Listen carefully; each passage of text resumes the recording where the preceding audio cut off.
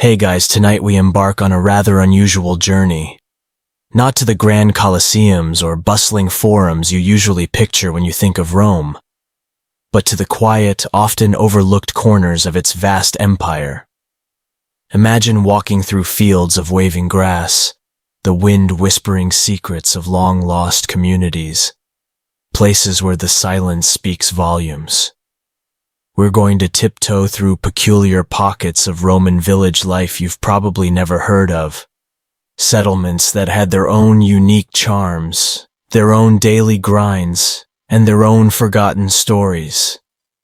It's a journey into the nitty-gritty, the everyday, far from the marble halls of power. Honestly, considering the plumbing and, well, everything else back then, you probably wouldn't survive a week in one of these villages without a serious longing for your modern conveniences, and possibly a tetanus shot. So, before you get comfortable, take a moment to like the video and subscribe, but only if you genuinely enjoy what I do here. I'd also love to see where you're tuning in from, so drop your location and local time in the comments below. It's always fascinating to see how far these stories travel. Now dim the lights, maybe turn on a fan for that soft background hum, and let's ease into tonight's journey together. Your feet, well, our feet, are treading softly now on ground that feels remarkably empty. You're standing within a vast six-sided enclosure, a ghostly perimeter marked by impressive though now weathered stone walls, interspersed with grassy banks where defensive ramparts once stood. This is Callava Atrebatum, or what's left of it, nestled in the Hampshire countryside of Britain. Today, it's mostly open fields, grazed by sheep, the odd crumbling flint wall poking through the turf like a forgotten tooth.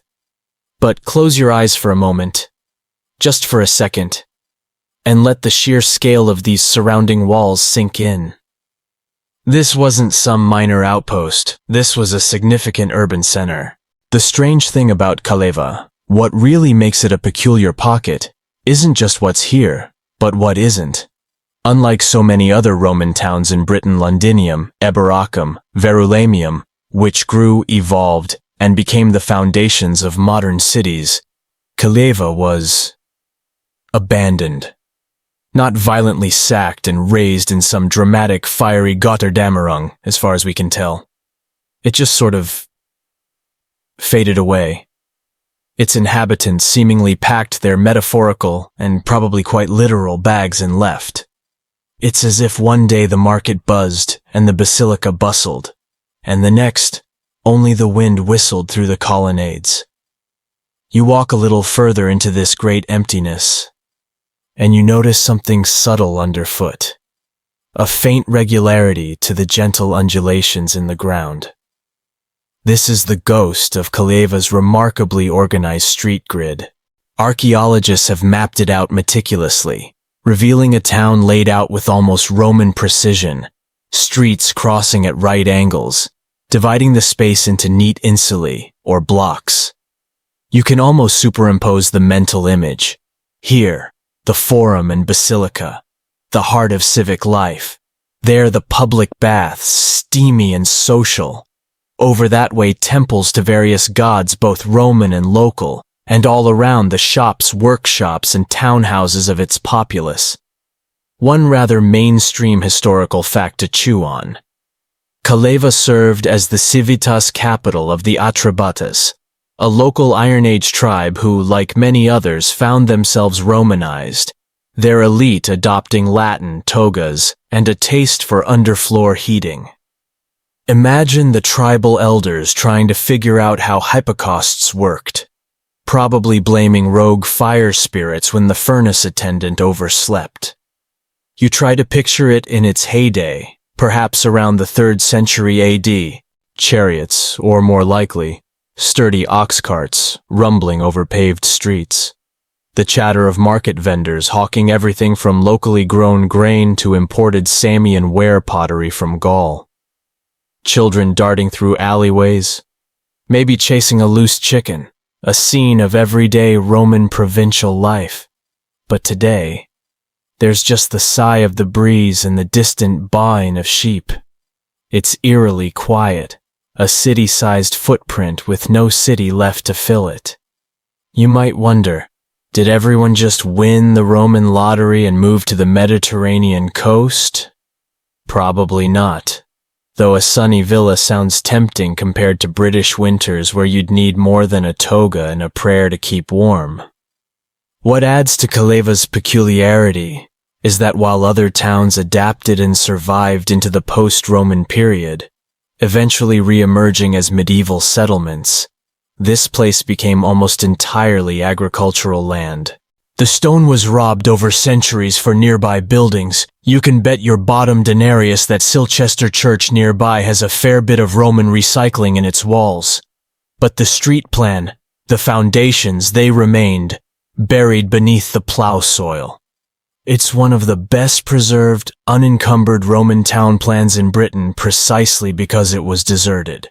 A true ghost grid. Here's a quirky little tidbit for you. Amongst the thousands of artifacts unearthed here, one of the more famous small finds is the Kaleva cock. It's a tiny, charming bronze statuette of a rooster, full of character. Was it a votive offering to Mercury, who was often associated with roosters, or perhaps an amulet, a child's toy, or even a fancy hood ornament for a very small chariot? Whatever its purpose, it's a little piece of personality surviving through the ages. Historians still argue whether Kaleva's relatively abrupt abandonment, likely in the 5th or 6th century, was due to economic decline as trade routes fractured, environmental factors like the flooding of the nearby Kennet, or perhaps even a specific unrecorded local crisis or plague that made the site untenable. It's a genuine historical head-scratcher. The surrounding area certainly didn't empty. People still lived in the region, but this specific urban experiment just stopped. Trying to navigate that ancient grid without street signs or a handy papyrus map app must have been confusing enough, let alone figuring out why everyone was suddenly leaving town. You half expect to find a hastily scribbled note. Gone fishing, back never. As you stand in what would have been the Forum, the very center of Kaleva's civic and commercial life, try to tune out the modern world completely. No distant car sounds, no vapor trails in the sky, just the air, the earth, and the imprint of lives lived 2 millennia ago. Imagine the noise, the smells, baking bread, tanning leather, the faint whiff of drains, because let's be honest, Roman sanitation wasn't always roses and lavender. Imagine the town crier announcing the latest news from Rome, news that might take weeks, even months to arrive. It's a profound quiet that now occupies the space where all that vibrant humanity once thrived. A silence that invites you to fill in the gaps with your own imagination, listening for the faintest echoes of their footsteps on streets that exist now only in outline. The cool, damp air of Kaleva's ghostly grid begins to recede, the green fields dissolving from your mind's eye, and a different sensation starts to prickle at your skin. It's heat, a dry, insistent heat that presses down from a vast, achingly blue sky. The scent of wet earth and grass is replaced by something dustier, warmer, with an underlying tang of something ancient and aquatic. You find yourself now in a landscape far removed from Roman Britain, standing on the edge of a sprawling oasis, a splash of improbable green against the endless tan of the desert. We've journeyed south, deep into Egypt, to a place in the fertile Fayum depression known as Arsino, though it carried an older, much more revealing name, Crocodilopolis, City of Crocodiles.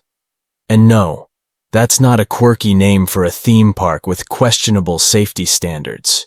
You can feel the sun beating on your shoulders as you approach the heart of this settlement. The architecture is different here. Mud brick houses huddled together, some plastered and painted with vibrant, if faded, frescoes. Palm trees offer scant, spiky shade. The air hums with a different energy than the ghostly quiet of Kaleva. Here, there's life, but it's life lived under the watchful, unblinking gaze of its primary deity, Sobek, the crocodile god. These weren't just any crocodiles, mind you, the kind you might nervously eye from a safe distance on a Nile cruise. These were sacred crocodiles, revered, pampered, and positively dripping with divine status, sometimes literally, as you'll soon see. Imagine the town council meetings. Right. Item 1. Potholes on the Via Principalis. Item 2. Has anyone fed the giant, jewelry-encrusted god reptile today? You wander closer to the temple complex, the focal point of the town. It's not as grand perhaps as some of the monumental temples further up the Nile, but it's significant, dedicated to the powerful Sobek. The air is thick with the smell of incense, mixed with the slightly musky, swampy aroma that naturally accompanies large reptiles living in close proximity. And then you see them, lounging on sandy banks, or in specially constructed pools connected to the sacred lake, are the crocodiles. Not just one or two, but many. Mainstream historical fact for you. The Fayum oasis itself, where Arsino was the capital, was a massively important agricultural breadbasket.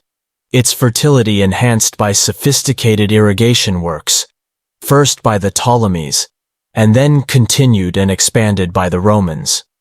This region supplied a significant portion of the grain that fed the teeming masses of Rome itself. So it wasn't just crocodiles they were good at cultivating. It was lunch for an entire empire. But let's get back to our scaly celebrities. One particular crocodile, considered the earthly incarnation of Sobek, held a special status.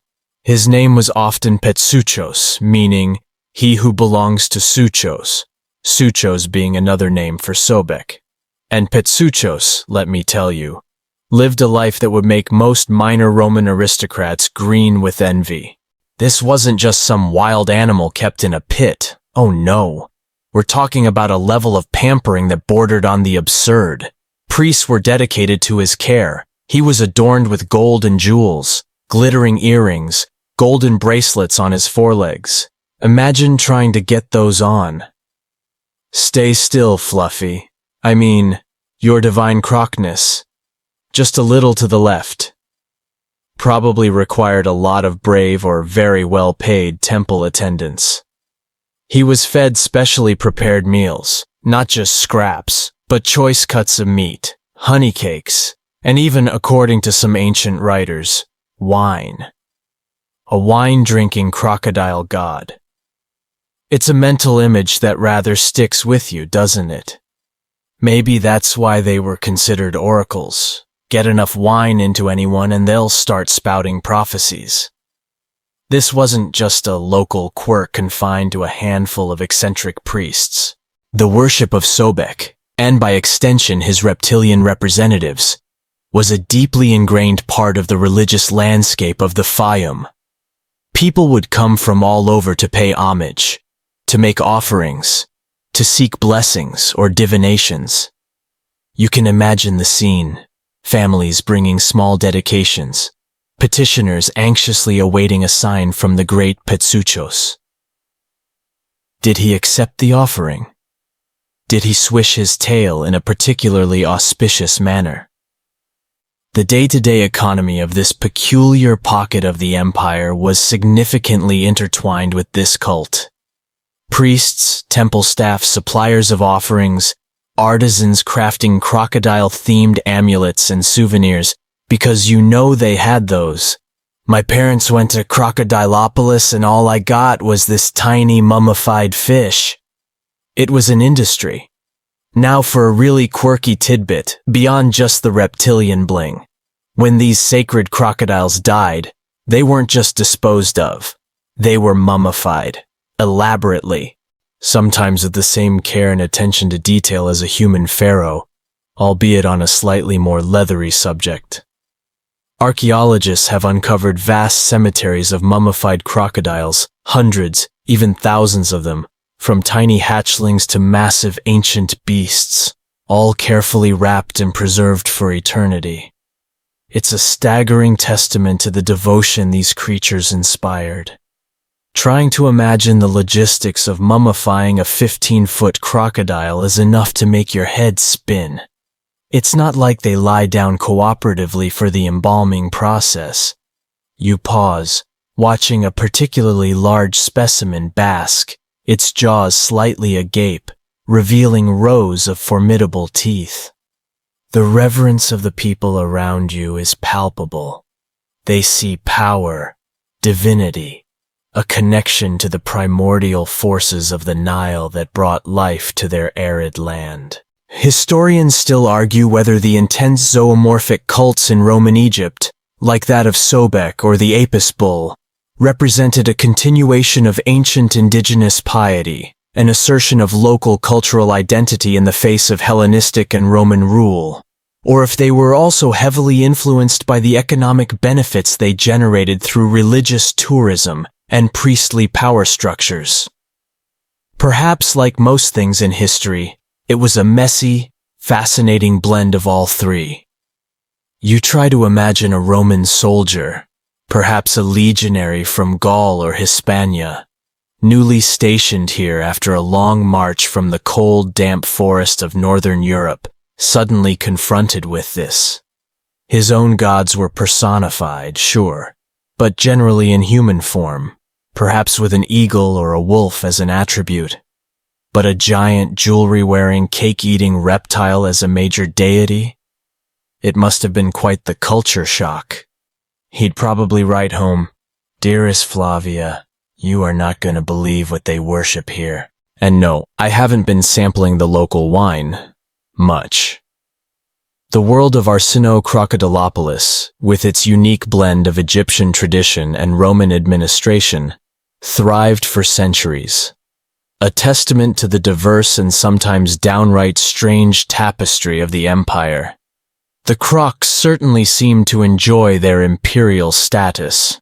The dry desert heat of Crocodilopolis, with its lingering scent of incense and ancient reptiles, gradually fades, and a new aroma begins to fill the air. It's a damp, mineral-rich scent, tinged with a subtle hint of sulfur.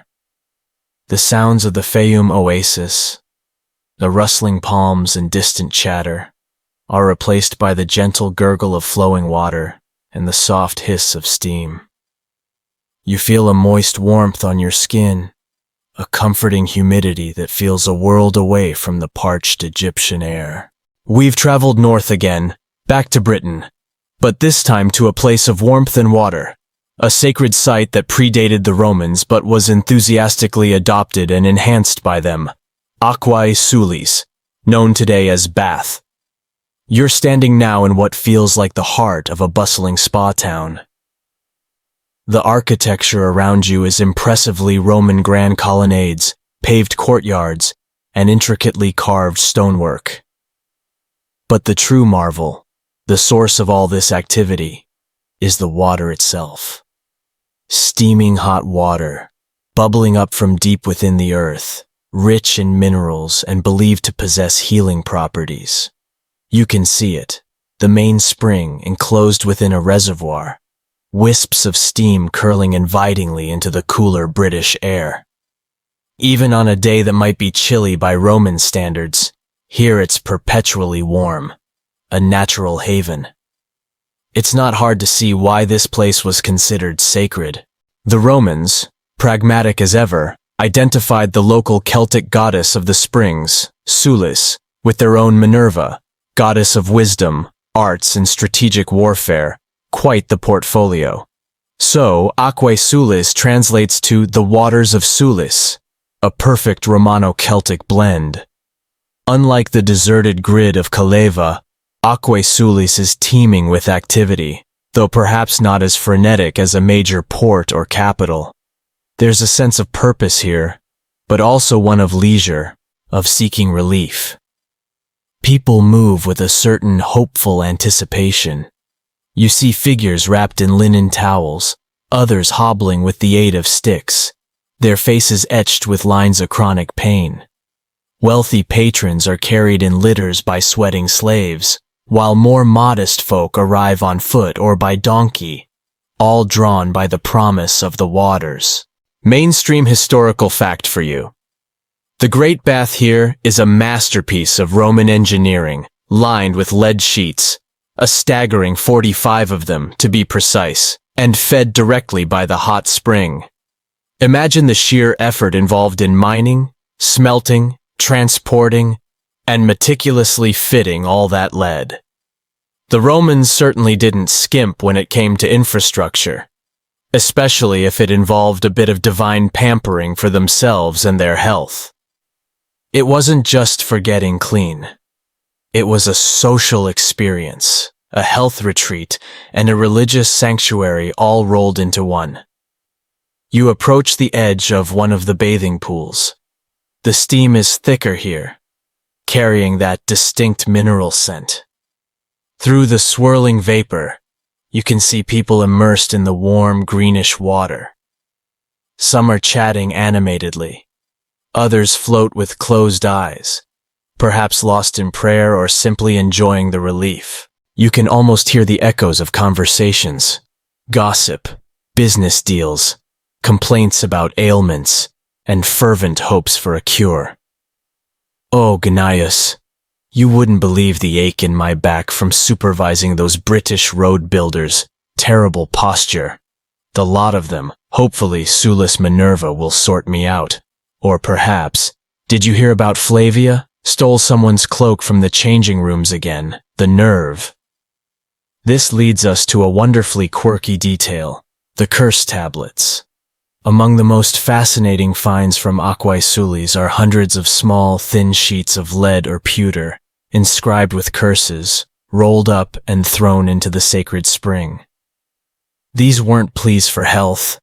These were demands for justice, often for petty thefts. Someone's bathing tunic nicked from the changing room? Throw in a curse. May he who stole my Vilbia become as liquid as the water. Or, Dosimedes has lost 2 gloves. He asks that the person who has stolen them should lose their minds and eyes in the temple where he is to make reparation. These curses, addressed directly to Sulis Minerva, offer an incredible, unfiltered glimpse into the everyday annoyances and simmering resentments of ordinary people. It's Roman Britain's angry Twitter feed, preserved in metal. They are incredibly specific, listing stolen items like cloaks, silver coins, and even, in one poignant case, a woman named Vilbia. Whether Sulis Minerva ever actually dissolved anyone or struck them blind for pilfering a pair of gloves is, of course, open to divine interpretation. But the act of writing it down and offering it to the goddess must have been immensely satisfying. It makes you wonder what they'd have cursed people for today. May he who double-parked his chariot lose all his Wi-Fi signal. While the grand baths in the temple clearly catered to the well-to-do who could afford to travel and make substantial offerings, Aquae Sulis wasn't just for the elite. Surrounding the main complex would have been a bustling settlement. Shops selling food, drink, souvenirs, perhaps tiny stone carvings of Sulis Minerva's owl, or little bronze strigils for scraping off oil and sweat. Inns providing lodging for pilgrims and patients, and workshops for the artisans who maintain the complex. Think of the unseen army of workers. The bath attendants stoking the furnaces for the hotter rooms, the masseurs, the launderers, the souvenir hawkers, the entire service industry that would have sprung up to support a major spa destination. They might not have been lounging in the Great Bath with senators, but their lives were intricately tied to its steamy heart. Historians still argue whether the primary draw for most visitors to Aquae Sulis was genuine religious piety towards Sulis Minerva, the purported medicinal benefits of the mineral waters, or simply the desire for a luxurious social and recreational experience in a comfortable, heated environment. a welcome respite from the often chilly British climate. It was likely a potent cocktail of all three, varying from person to person. One visitor might be devoutly praying for a miraculous cure for their gout, while another might be more interested in networking with influential officials and enjoying a good soak. The lines between sacred and secular, medicine and magic, often blurred in the ancient world. Remember that crocodile dung sunscreen from Egypt? Clearly, they were open to trying various things for health and beauty. As you stand there, amidst the warm, rising steam, it's easy to imagine the appeal. Even now, the thought of sinking into that naturally heated water has a certain timeless allure. The village, or rather, the small town that grew up around these springs, was entirely a product of this remarkable geological feature. Without the hot water bubbling from the earth, there would be no aquesulis, no grand temple, no curse-throwing patrons, just another unremarkable spot in the valley of the River Avon. It was a town literally built on hot water, both geologically and in some ways metaphorically. You take one last look at the greenish water, feeling the gentle humidity on your face before the scene begins to shift once more. The warm, mineral-scented steam of aquae sulis gently dissipates, and a new, sharper air fills your lungs. It's cooler here, tinged with the scent of damp earth, wood smoke, and perhaps the faintest hint of rain on the wind. The soft lapping of bathwaters is replaced by a more exposed, slightly desolate soundscape. The sigh of wind across open moorland, the distant cry of a bird. You find yourself on the northern frontier of Roman Britain, not far from the imposing line of Hadrian's Wall. We're at Vindolanda, a Roman auxiliary fort that predates the wall in parts but remained a vital military outpost for centuries. And it's here, in what seems like a remote and rugged spot, that some of the most intimate secrets of Roman life have been unearthed. You are walking through the remains of the fort and the vicus, the civilian settlement that invariably grew up alongside such military installations. You can see the foundations of barracks, granaries, the commandant's residence, and the huddled outlines of shops and homes just outside the fort walls. It feels more utilitarian than aquae sulis, less about leisure and more about the practicalities of frontier life. Soldiers patrol the ramparts in your mind's eye, their hobnailed sandals crunching on the gravel. Supply wagons creak along the military road. There's a constant thrum of activity, but it's a working, watchful energy, always aware of the lands beyond the frontier. Mainstream historical fact for you. Hadrian's Wall, stretching 73 miles coast to coast, wasn't just a defensive barrier.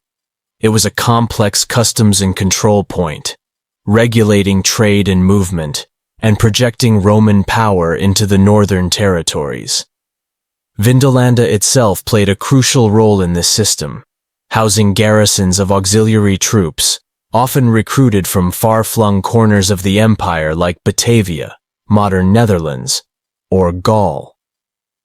Imagine these soldiers, used to the sunnier climes of Spain or the bustling markets of Syria, suddenly plonked down in the often misty, windswept landscape of northern England. They probably wrote home complaining about the weather more than the locals. Dear Mum, send more socks. And sunshine, lots of sunshine. But it's not the stone walls or the grand structures that make Vindolanda truly peculiar and precious. It's something much smaller, much more fragile, and utterly remarkable. The Vindolanda tablets. Beneath the floors of the fort, in damp, oxygen-poor conditions, thousands of wafer-thin wooden slivers, like ancient postcards, have survived. These are not grand imperial decrees or literary masterpieces. These are letters, inventories, leave requests, shopping lists, the mundane, everyday paperwork of army life, and the personal correspondence of the fort's inhabitants. They offer an unparalleled, unvarnished glimpse into the lives of ordinary people on the very edge of the Roman world. You can almost feel the scratch of the stylus as these messages were inked onto the wood. You pick up a mental replica of one. It's so thin, it could almost be a leaf. The script is cursive, sometimes tricky to decipher even for experts, but the content, when revealed, is electrifying in its intimacy. Here's a quirky tidbit that brings the past right into your lap. One of the most famous tablets is an invitation from Claudia Severa, wife of Aelius Brachus, the commander of a nearby fort, to Sulpicia Lepidina, wife of Flavius Carialis, prefect of the 9th cohort of Batavians at Vindolanda, inviting her to a birthday party. Claudia Severa to her Lepidina, greetings. On the 3rd day before the Ides of September, sister, for the day of the celebration of my birthday, I give you a warm invitation to make sure that you come to us, to make the day more enjoyable for me by your arrival. It even has a PS in Severa's own hand, adding a more personal touch. It's the earliest known example of handwriting by a Roman woman in Britain. Forget formal inscriptions. This is 2 officers' wives arranging a social get-together on the wild northern frontier. It's the Roman equivalent of a text message. Hey girl, B-Day bash at my place September 11th, be there, XOXO Claudia. Makes you wonder if they served little Hadrian's wall-shaped biscuits. You try to imagine Lepidina receiving this, perhaps in her chambers within the commandant's house. What would she have worn?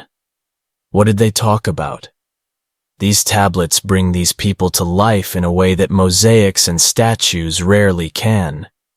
You read fragments of other messages. A soldier requesting more beer, a common theme apparently. Another complaining about the state of his boots. I am as stark naked, me lord, since I have no shoes. Accounts listing food supplies, intelligence reports about the Britons, referred to disparagingly as Britanculi, little Brits, or wretched Britons. Clearly, relations were a bit frosty. You get a sense of the concerns of the common soldier, the domestic life of the officers' families, the logistical challenges of supplying a remote garrison. This wasn't just a fort. It was a community. Children were born here. People fell in love. Friendships were forged, all against the backdrop of military duty and the ever-present northern mist. The vicus outside the fort walls housed not just the soldiers' unofficial families, but also a host of merchants, artisans, innkeepers, and entertainers who catered to the needs of the garrison. Leather workers making and repairing military gear, blacksmiths shoeing horses, potters producing everyday wares, brewers ensuring a steady supply of that much-requested beer. Their lives are less directly recorded than those of the literate officers who left us the tablets, but their presence is everywhere in the archaeological remains. The worn thresholds of their shops, the fragments of their pottery, the animal bones from their meals. Historians still argue whether the Vindolanda tablets represent a typical level of literacy throughout the Roman army and its attached civilian communities, or if Vindolanda was exceptional, perhaps due to the nature of its Batavian garrison, who had a tradition of literacy, or the specific duties of the units stationed there requiring more paperwork.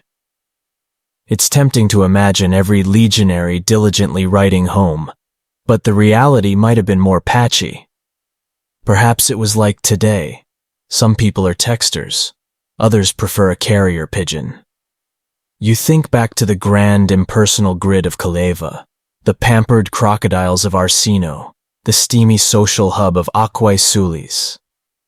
Vindolanda offers something different, a raw, almost unfiltered connection to individuals.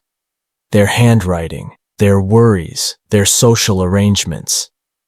It's a powerful reminder that history is made up of countless personal stories, not just epic battles and imperial decrees. The soldier worrying about his worn-out shoes feels as real, as relatable, as any of us fretting about a modern inconvenience. As the damp, earthy smell of Vindolanda begins to fade, you hold on to that sense of intimate connection, a whisper from a wooden postcard sent nearly 2,000 years ago. These aren't just names on a dusty roll. They are people who laughed, loved, and probably complained bitterly about the British reign, just like some still do. The cool, earthy scent of Vindolanda, with its echoes of ancient correspondence, gently recedes from your senses. The wind no longer carries the imagined sounds of marching feet or frontier anxieties. Instead, a warm, dry air, fragrant with wild herbs and the faint, salty tang of the distant sea, begins to embrace you. The light changes too, becoming brighter, more intense, reflecting off whitewashed walls and dusty tracks. You find yourself under the vast, sun-drenched sky of North Africa, on the coast of what is now Libya. Towering before you, or at least the majestic ruins of it, is the magnificent city of Leptis Magna. Its grand, triumphal arches, its theater facing the sea, its bustling marketplace, and the opulence of its Severan Basilica speak of immense wealth and imperial favor. But our focus tonight, remember, is on the peculiar, the often overlooked pockets, not just the headline acts.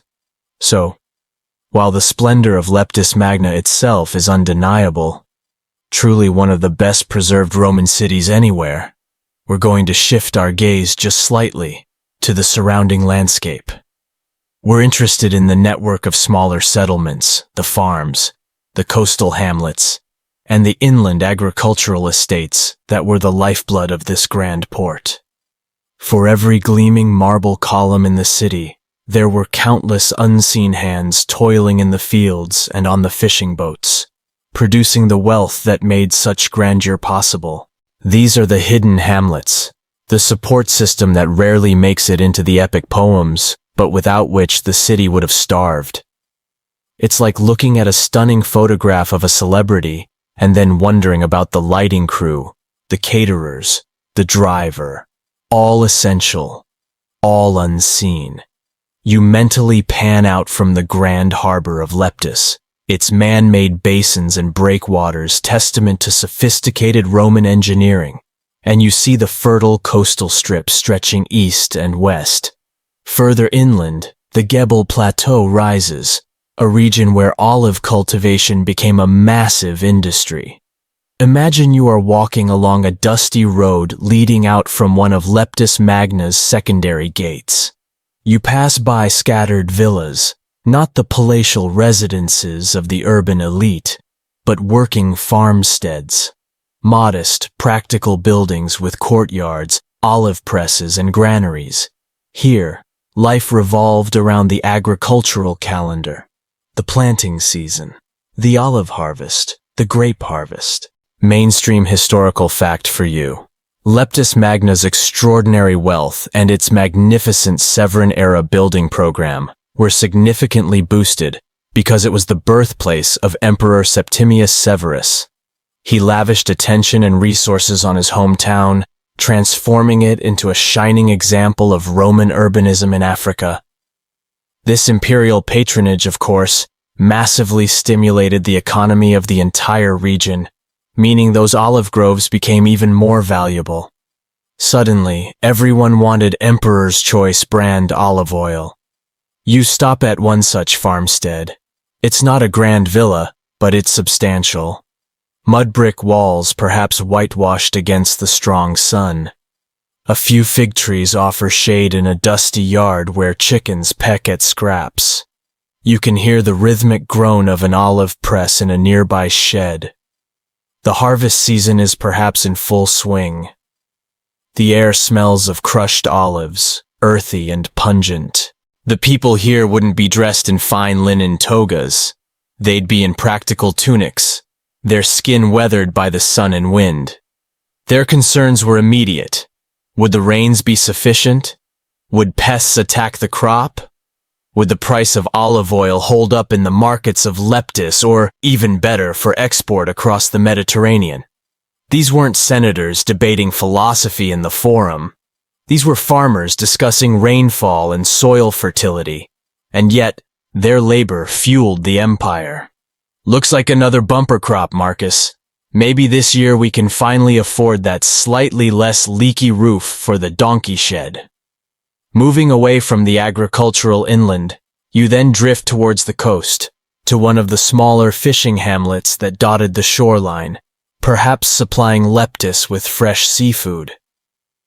Picture a small collection of simple dwellings clustered around a tiny natural cove where brightly painted fishing boats are pulled up on the sand.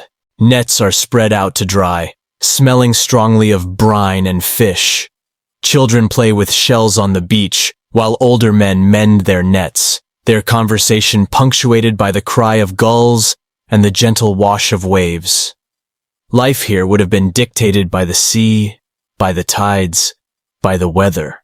Their concerns, the best fishing grounds, the safety of those at sea, the market price for their catch. This tiny unnamed hamlet might never feature on any imperial map, but it was part of the intricate web that sustained the regional capital. It's a quiet, almost timeless scene, one particularly quirky or perhaps poignant aspect of life in these outlying rural areas comes from funerary customs. While the wealthy elite of Leptis Magna had impressive mausolea and elaborate sarcophagi, the funerary monuments in the countryside, while still aspiring to Roman forms, were often simpler, more rustic, and sometimes incorporated local Punic or Libyan traditions. You might find humble stone stelae, perhaps with a crudely carved portrait of the deceased, or simple inscriptions giving just a name and an age. These modest memorials speak volumes about the desire for remembrance, even for those who lived far from the limelight. It's a reminder that everyone, from the emperor to the smallest olive farmer, sought a form of immortality, a way to be remembered. Historians still argue about the exact nature and extent of the so-called limes tripolitanus, a system of defensive works and watchtowers in the hinterland south of Leptis Magna. Was it a rigid frontier line like Hadrian's Wall, or a more flexible zone of control, designed primarily to manage transhumance, seasonal livestock movement, and protect the vital agricultural zones from desert raiders? These small farmsteads and olive plantations were, in a sense, the front line of the Roman agricultural economy in the region, and their protection was paramount. Those who lived there, perhaps just a few miles from unpacified territory, lived with a different kind of frontier tension than the soldiers at Vindolanda. Their concerns were less about strategic military control and more about safeguarding their crops and their families. One misplaced raid by desert nomads could wipe out a year's work and a year's income. As the North African sun begins to dip towards the horizon, casting long shadows from the olive trees and the imagined fishing boats, you ponder the immense interconnectedness of the Roman world. The grandeur of Leptis Magna wasn't just conjured from imperial decree. It was built on the sweat and toil of countless anonymous individuals in these surrounding villages and farmsteads. Their lives, their worries, their small triumphs were the foundations upon which the city's marble splendor rested. Theirs was a world of relentless hard work, dictated by the seasons and the demands of the land and sea, far removed from the political intrigues of Rome, but no less vital to its survival. They were the silent partners in the imperial enterprise. The sun-baked plains and salty coastal breezes of North Africa gently fade from your perception. The bright, intense light softens, and the air grows cooler, crisper, carrying the distinct scent of pine and damp earth, with an underlying almost metallic tang that you can't quite place yet. The ground beneath your feet feels different too, no longer dusty and flat, but sloping, uneven. You are ascending, climbing higher into a landscape of dramatic peaks, forested slopes, and deep echoing valleys. We've traveled far from the Mediterranean coast, deep into the heart of Europe, to the Austrian Alps. Here, nestled beside a breathtakingly beautiful lake, surrounded by towering mountains, lies the ancient settlement of Hallstatt. This place is so old, it gives its name to an entire early Iron Age culture, but our focus is on its peculiar role within and alongside the Roman Empire, as a village whose fortunes were built on a glittering, crystalline treasure, salt. You find yourself on the shores of the Hallstatter Sea, a stunning expanse of dark, clear water reflecting the majestic Dachstein Massif. The village itself seems to cling to the steep mountainside, houses built closely together, almost appearing stacked one on top of another due to the limited flat land. Even today, it's a place of almost fairy tale beauty. But back in Roman times, and indeed for centuries before, its significance wasn't its picturesque charm, but the rich salt deposits hidden deep within the mountains above. White gold, they called it, and for good reason. Salt was an absolute necessity in the ancient world, for preserving food, for tanning leather, for medicine, and of course for seasoning that bland Roman porridge. Forget olive oil futures and leptis magna. Here, it was all about the price of sodium chloride. You can imagine the miners, trudging up the steep paths from the village to the entrances of the salt mines high on the Salzburg, Salt Mountain. The work was incredibly arduous, dangerous, and took place in perpetual darkness, lit only by flickering tallow lamps or pine torches. They used bronze and iron picks, wooden shovels, and leather carrying sacks to extract the rock salt. One rather mainstream historical fact is that the prehistoric salt mines of Hallstatt are among the oldest in the world, with evidence of mining activity stretching back to the Neolithic period, thousands of years before Rome was even a twinkle in Romulus and Remus's eyes. When the Romans eventually incorporated this region, Noricum, into the empire, they didn't so much start the salt industry here as take over and likely systematize an already ancient and highly developed operation. The local Celtic know-how was probably invaluable. I bet the Roman quartermasters were thrilled to find a ready-made salt supply chain. Excellent work, lads. Just stamp property of Rome on those salt blocks and keep digging. What makes Hallstatt a truly peculiar pocket is the incredible preservation found within those ancient salt mines. The salt itself acts as a remarkable preservative, meaning that organic materials that would have rotted away almost anywhere else have survived for millennia. Archaeologists have found discarded miners' clothing made of leather and wool, leather shoes, fragments of food like beans and barley, wooden tools, and even, rather astonishingly, human waste. Yes, even ancient poop, which, while not the most glamorous of finds, provides invaluable information about the miner's diet and health. It's like a time capsule from the daily grind of these ancient workers. It's one thing to read about ancient mining. It's another to see the actual pick marks on a tunnel wall, or hold a fragment of a 2,000-year-old leather shoe that a miner wore. It makes you wonder if they had ancient versions of hi-ho, it's off to work we go, or if it was just too dark and salty for cheerful songs. And now for a truly quirky tidbit related to those astonishing preservation conditions, the man in salt. While most of the famous salt men or bog bodies come from peat bogs in northern Europe, Hallstatt has its own legends, and at least one documented discovery in 1734 of a remarkably preserved body found within the salt mine.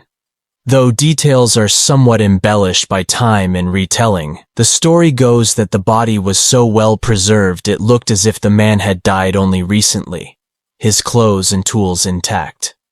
Sadly, this specific find was reburied and its exact location lost, but it speaks to the extraordinary preservative power of the salt. Can you imagine the shock of the 18th century miners stumbling upon a perfectly preserved Iron Age or Roman-era colleague? They probably offered him a schnapps and asked him if he knew any good new veins. The village of Hallstatt itself, down by the lake, would have been the support center for this mining operation. It's where the miners lived with their families, where food was grown or imported, where tools were repaired, and where the extracted salt was processed and prepared for transport. Due to the steep terrain, agriculture would have been limited, so much of their sustenance would have had to come from trade. Salt for grain, salt for wine, salt for manufactured goods. Boats would have crisscrossed the lake, and mules would have navigated the mountain passes, carrying the precious cargo to wider markets within the Roman Empire and beyond. Think of the constant clang of blacksmiths forging and sharpening tools, the chatter of traders, the daily comings and goings of the miners, their faces and clothes caked with salt dust. Historians still argue about the precise social organization of the Hallstatt mining communities, especially in the transition from the pre-Roman Iron Age to the Roman period. Were they independent Celtic communities simply paying tribute? Or were they more directly managed by Roman imperial administration or private contractors? The sheer wealth generated by the mines suggests that Rome would have taken a keen interest in ensuring a steady supply. Evidence from cemeteries suggests a stratified society, with some individuals clearly wealthier and more powerful than others, their graves containing imported luxury goods, a testament to the far-reaching trade connections that salt facilitated. Those managing the salt trade likely lived rather comfortably, unlike the poor souls chipping away in the dark, who probably had more salt in their diet than they ever wanted. As you gaze across the serene lake, its surface reflecting the dramatic alpine scenery, it's a stark contrast to the dark, claustrophobic world of the salt miners high above. Yet the two were inextricably linked. The beauty of the village and its surroundings belied the tough, often perilous existence that fueled its prosperity. This wasn't a place of imperial monuments or grand philosophical schools. It was a working village, its rhythm dictated by the extraction of a vital mineral from the heart of the mountains, a pocket of intense industry nestled within a landscape of breathtaking natural beauty. Hallstatt's silent, salty tunnels hold stories of resilience, of human ingenuity, and of an ancient trade that literally seasoned the Roman world. The chill in the mountain air carries a whisper of those countless forgotten miners. The crisp, pine-scented mountain air of Hallstatt, with its underlying tang of ancient salt, begins to fade. The dramatic alpine scenery dissolves, and you find yourself on a wide, rolling plain, the air now carrying the scent of river water, horses, and the distant hum of a bustling settlement. The ground is flatter, easier to traverse, and you sense a feeling of movement, of transit, of goods and people passing through. We are now on the banks of the mighty Danube River, a crucial artery and frontier for the Roman Empire. Our destination is Carnuntum, a site that started as a Roman legionary fortress but grew to encompass a substantial civilian town and even, for a time, an imperial residence. It was a vital hub on the Amber Road, a trade route that brought the prized golden resin from the Baltic coasts far to the north down to the Mediterranean world. You are standing on what would have been a busy thoroughfare, perhaps just outside the military camp, in the sprawling Canabae Legionis, the civilian settlement that always mushroomed around a permanent legionary base. Later, a full-blown municipium and then a colonia would develop here. The air buzzes with a multitude of languages, the Latin of the soldiers and administrators, Celtic dialects of the local Boii and Carni tribes, the Germanic tongues of traders from the north, perhaps even Greek or Syrian from merchants who had traveled far. It's a cosmopolitan place, a melting pot forged by military presence and commercial opportunity. Chariots and heavy wagons, laden with goods, rumble along the paved or graveled roads. You see workshops, blacksmiths, potters, leather workers, catering to both the military and civilian populations. Inns and taverns are doing a roaring trade, filled with soldiers off duty, merchants haggling over deals, and travelers seeking a night's lodging. Mainstream historical fact: Carnuntum was the capital of the Roman province of Pannonia Superior and a key military stronghold on the Danube frontier. Legio XV Apollinaris was stationed here for a long period, followed by Legio XIV Gemina. The presence of thousands of soldiers provided a huge captive market for goods and services, naturally attracting settlers and entrepreneurs. Imagine the logistical ballet, supplying food, clothing, weapons, and entertainment for a legion and its auxiliary cohorts was a massive undertaking, and the civilian town grew fat on the proceeds. Another shipment of wine from Italy has arrived, General. Shall I add it to your personal stores? But beyond its military significance, Carnuntum's position made it a crucial node on the Amber Road. This ancient trade network was less a single, paved highway and more a series of interconnected routes by which amber fossilized tree resin, prized for its beauty and perceived magical properties, was transported from the Baltic Sea regions all the way to Italy and other parts of the Mediterranean. You can picture the northern traders, hardy folk wrapped in furs, arriving in Carnuntum with their precious cargo of rough amber.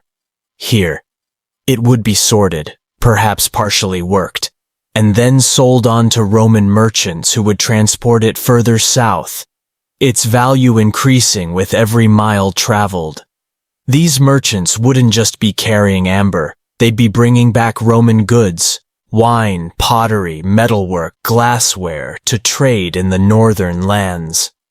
Carnuntum was a key exchange point, a place where the barbarian north met the Roman world. It's rather amusing to think of Roman high society ladies clamoring for the latest amber necklaces, unaware that their fashionable bling had likely passed through a dusty, bustling frontier town on the Danube, probably haggled over in a tavern smelling faintly of spilled beer and wood smoke. Now for a quirky detail that brings the everyday life of Carnuntum into focus. Amongst the ruins, archaeologists have reconstructed several buildings based on their original foundations, including a Roman town villa, a public bathhouse, and even a section of a residential quarter. Walking through these reconstructed spaces gives you an uncanny sense of stepping back in time. You can see the layout of the rooms, the underfloor heating systems, the painted wall plaster, and imagine the daily routines of the inhabitants. But one of the most striking reconstructions is that of the Lucius's house, a draper's shop and home, complete with a kitchen that seems almost ready for the cook to walk in and start preparing a meal. You can almost smell the stew bubbling. They've even recreated furniture based on surviving fragments and depictions. It's this dedication to showing not just the grand public monuments but the ordinary domestic and commercial spaces that makes the archaeological park at Carnuntum so special. You can easily imagine Lucius the draper haggling with a customer over the price of a new tunic, or his family sharing a meal in their small but comfortable home behind the shop. The presence of so many different peoples and cultures inevitably led to a rich and varied religious life. Alongside the official Roman state gods like Jupiter and Mars and the imperial cult, you'd find soldiers worshipping their own traditional deities and local Celtic gods and goddesses being venerated, sometimes syncretized with Roman counterparts. Mithraea, dedicated to the Persian god Mithras, popular with soldiers, have been found here. This religious pluralism was typical of many Roman frontier towns. Historians still argue about the extent to which the Amber Road was controlled or taxed by Roman authorities at points like Carnuntum. Was it a free-flowing trade? Or did Roman officials actively manage and profit from this lucrative long-distance commerce?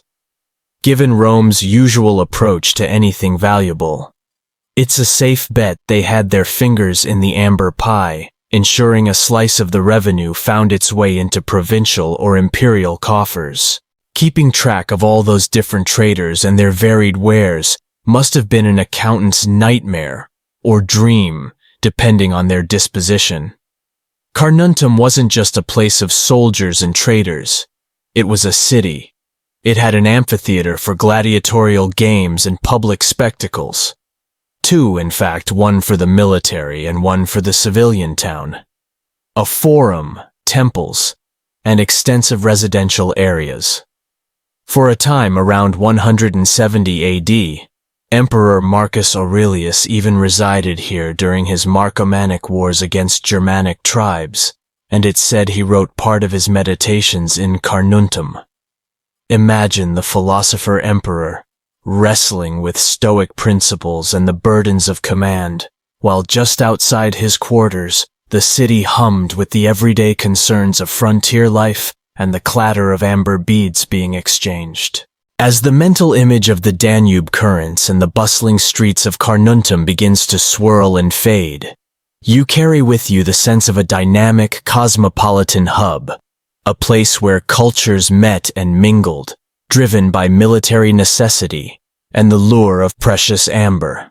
It was a vital link in a chain connecting vastly different worlds, a testament to the Roman genius for creating not just military outposts, but thriving urban centers even on the most distant frontiers. The sounds of Carnuntum's bustling amber trade and the broad sweep of the Danube fade into the background.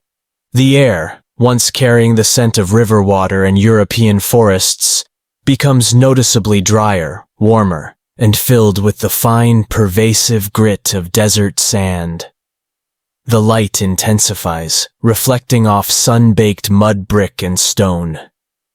You find yourself on the very eastern edge of the Roman Empire, in a place where the fertile crescent meets the arid Syrian desert. This is Dura Europos, a remarkable fortress city perched on a steep bluff overlooking the Euphrates River. It wasn't originally Roman, founded by the Seleucids and later controlled by the Parthians, but it became a vital Roman garrison town, a remote outpost in a landscape of harsh beauty and strategic importance. You're standing on a dusty street, baked hard by centuries of sun. The layout of the town feels less rigidly planned than some purely Roman foundations, a legacy of its Hellenistic origins. But it's undeniably a city, enclosed by strong defensive walls. From your vantage point, you can glimpse the wide, slow-moving Euphrates below, a ribbon of life-giving water in an otherwise parched land. The atmosphere is one of resilience, of a community clinging to existence on a frontier that was often contested. You can hear a babble of languages here too, even more diverse than in Carnuntum. Latin for the Roman soldiers, Greek, the lingua franca of the Hellenistic East, Aramaic dialects spoken by the local population, Palmyrene, and perhaps even Parthian, reflecting its complex history and its position as a crossroads of cultures.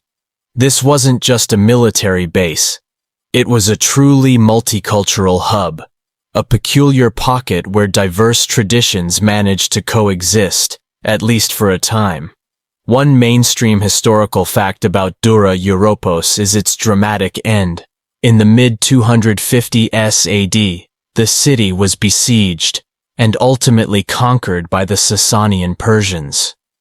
To defend the city, the Roman garrison, and perhaps the inhabitants, deliberately buried the western wall street, filling buildings right up to the ramparts with sand and rubble to reinforce them against Sasanian siege engines and mining attempts. While this was a desperate last-ditch effort that ultimately failed, It had an unintended and astonishing consequence. It perfectly preserved the buildings along that wall, including their contents, and most spectacularly, their painted frescoes, until archaeologists uncovered them in the 20th century. It's a historical irony. The act of defense against destruction led to unparalleled preservation, like a city holding its breath for 17 centuries. Quick, lads, bury my favorite tavern, but leave the good wine accessible from the top just in case. This preservation is what makes Dura Europos so extraordinarily special. It's often called the Pompeii of the desert, because of the richness of its finds, particularly the art. Imagine walking into a building and finding its walls covered in vibrant paintings that haven't seen the light of day since the 250 AD. And it's not just one or two. The most famous examples are the Christian House Church, one of the earliest yet discovered, with its baptistry adorned with scenes from the Old and New Testaments, and just a stone's throw away, a magnificent synagogue, its assembly hall walls entirely covered with stunning narrative frescoes depicting biblical scenes. There was also a Mithraeum, dedicated to Mithras, covered in paintings. The survival of these decorated religious buildings, representing vastly different faiths existing side by side, is truly astounding. It provides an unparalleled window into the religious life of a Roman frontier town in the East. You could practically do a comparative religion tour just by walking down one street. Mithras on your left, Jesus on your right, and Abrahamic stories straight ahead. But now for a quirky tidbit related to the synagogue. The richness and sheer figural exuberance of the synagogue's frescoes challenged many long-held assumptions about Jewish art of this period, which was often thought to be strictly aniconic, avoiding representations of human or animal figures due to interpretations of the Second Commandment. The Dura synagogue threw a massive spanner in those works. Here were dozens of narrative panels teeming with human figures, animals, and complex scenes from the Torah, from Moses leading the Exodus to scenes from the life of Elijah. It forced a major scholarly re-evaluation. It's as if these Dureens didn't get the memo about not painting people, or perhaps they had a very different memo entirely. This discovery reminds us that religious practice and artistic expression are often far more diverse and nuanced on the ground than broad historical generalizations might suggest. The garrison at Dura Europos, often cohors Xex Palmyrinorum, a unit recruited from nearby Palmyra, lived alongside a diverse civilian population. Merchants traded goods moving along the Euphrates and the desert caravan routes. Artisans produced local crafts. Priests tended to the myriad shrines and temples. Families went about their daily lives. The parchments and papyri found at Dura, much like the Vindolanda tablets but suited to a drier climate, reveal details of legal transactions, military rosters, and personal letters. They paint a picture of a literate and administratively organized society even in this remote corner of the empire. Historians still argue about the exact sequence of events during the final Sasanian siege and the fate of Dura's inhabitants. Were they massacred, deported, or did some manage to escape? The archaeological evidence for the siege itself is dramatic. Siege mines and countermines. Bodies of Roman and Sasanian soldiers found in a tunnel where they fought and died. But the ultimate fate of the civilian population remains a subject of debate. You can almost feel the desert wind whistling through the silent, excavated streets, carrying the ghostly echoes of prayers in Aramaic, chants in Latin, and hymns in Greek. The sheer variety of religious expression coexisting within Dura's walls is perhaps its most peculiar and enduring legacy. It was a place where a Roman soldier might rub shoulders with a Jewish scholar, a Christian worshiper, or a devotee of ancient Mesopotamian gods. This cosmopolitanism wasn't always peaceful, and the ever-present threat from beyond the frontier loomed large. But for a significant period, Dura Europos was a vibrant, multicultural society, a testament to the surprising diversity that could flourish even under the shadow of Roman eagles. It's a potent reminder that the Roman Empire was not a monolith, but a vast, complex tapestry woven from countless different cultural threads, all stretched sometimes precariously over a vast geographical area. The silence left after its violent end feels particularly heavy here. The dry, sandy air of Dura Europos and the echoes of its multicultural life begin to recede.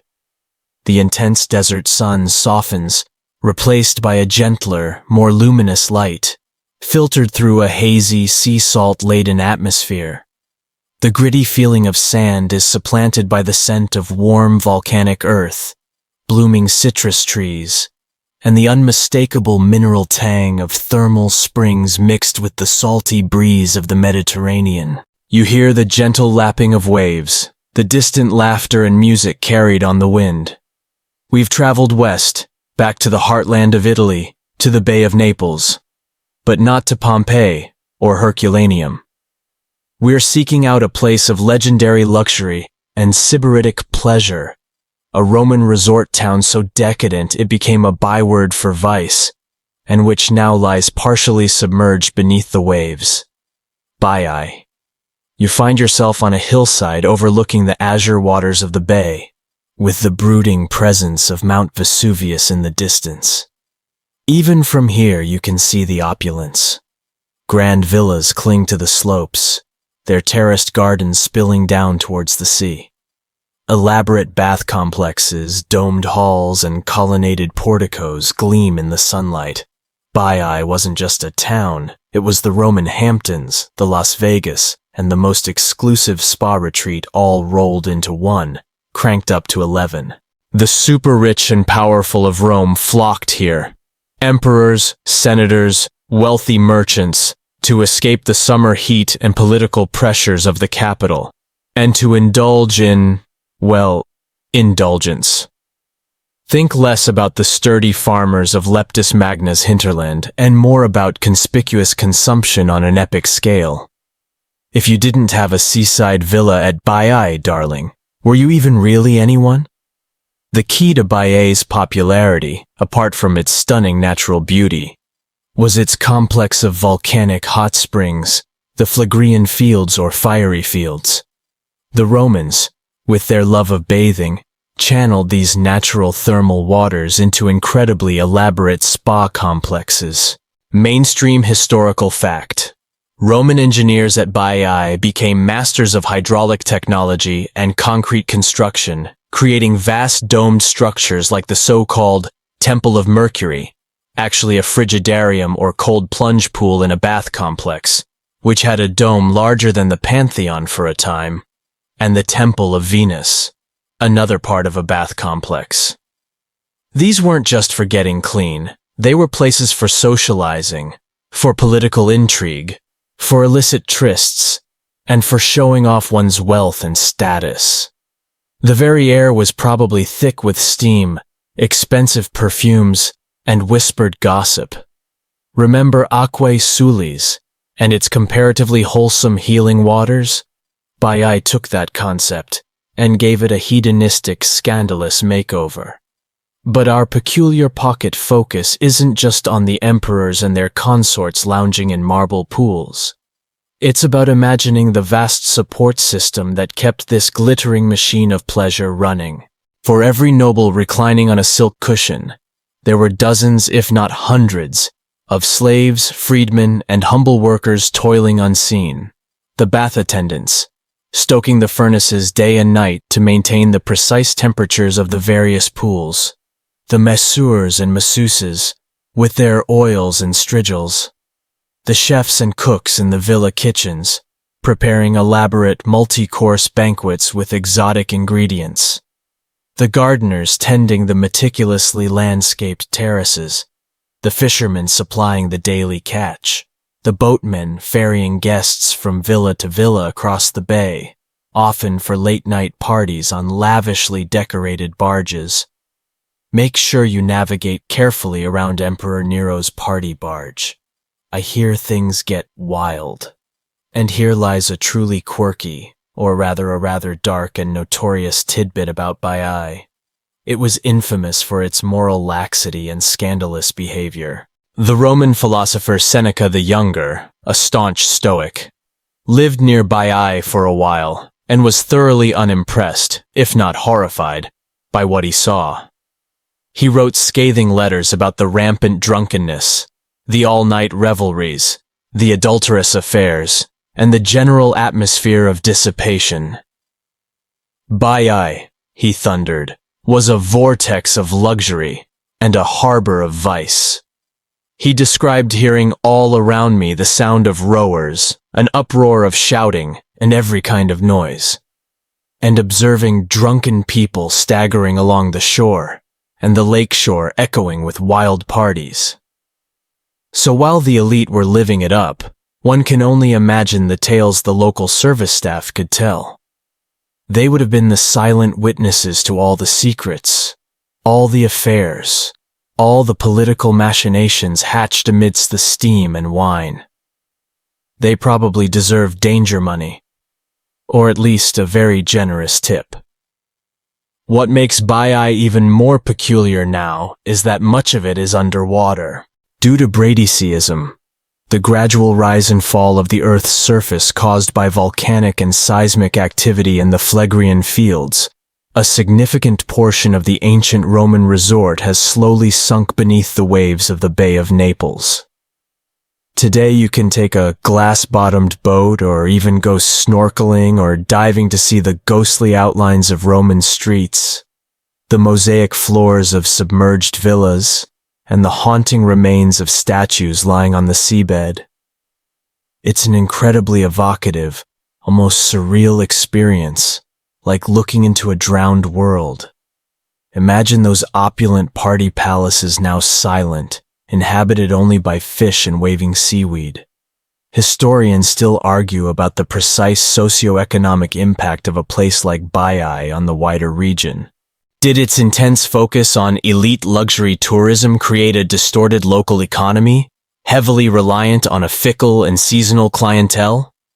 Or did the influx of wealth and the demand for goods and services provide broader benefits for local suppliers and artisans? It was undoubtedly a place of extreme wealth disparity, with the lives of the senatorial elite a world away from the everyday struggles of the freeborn workers and enslaved people who served them.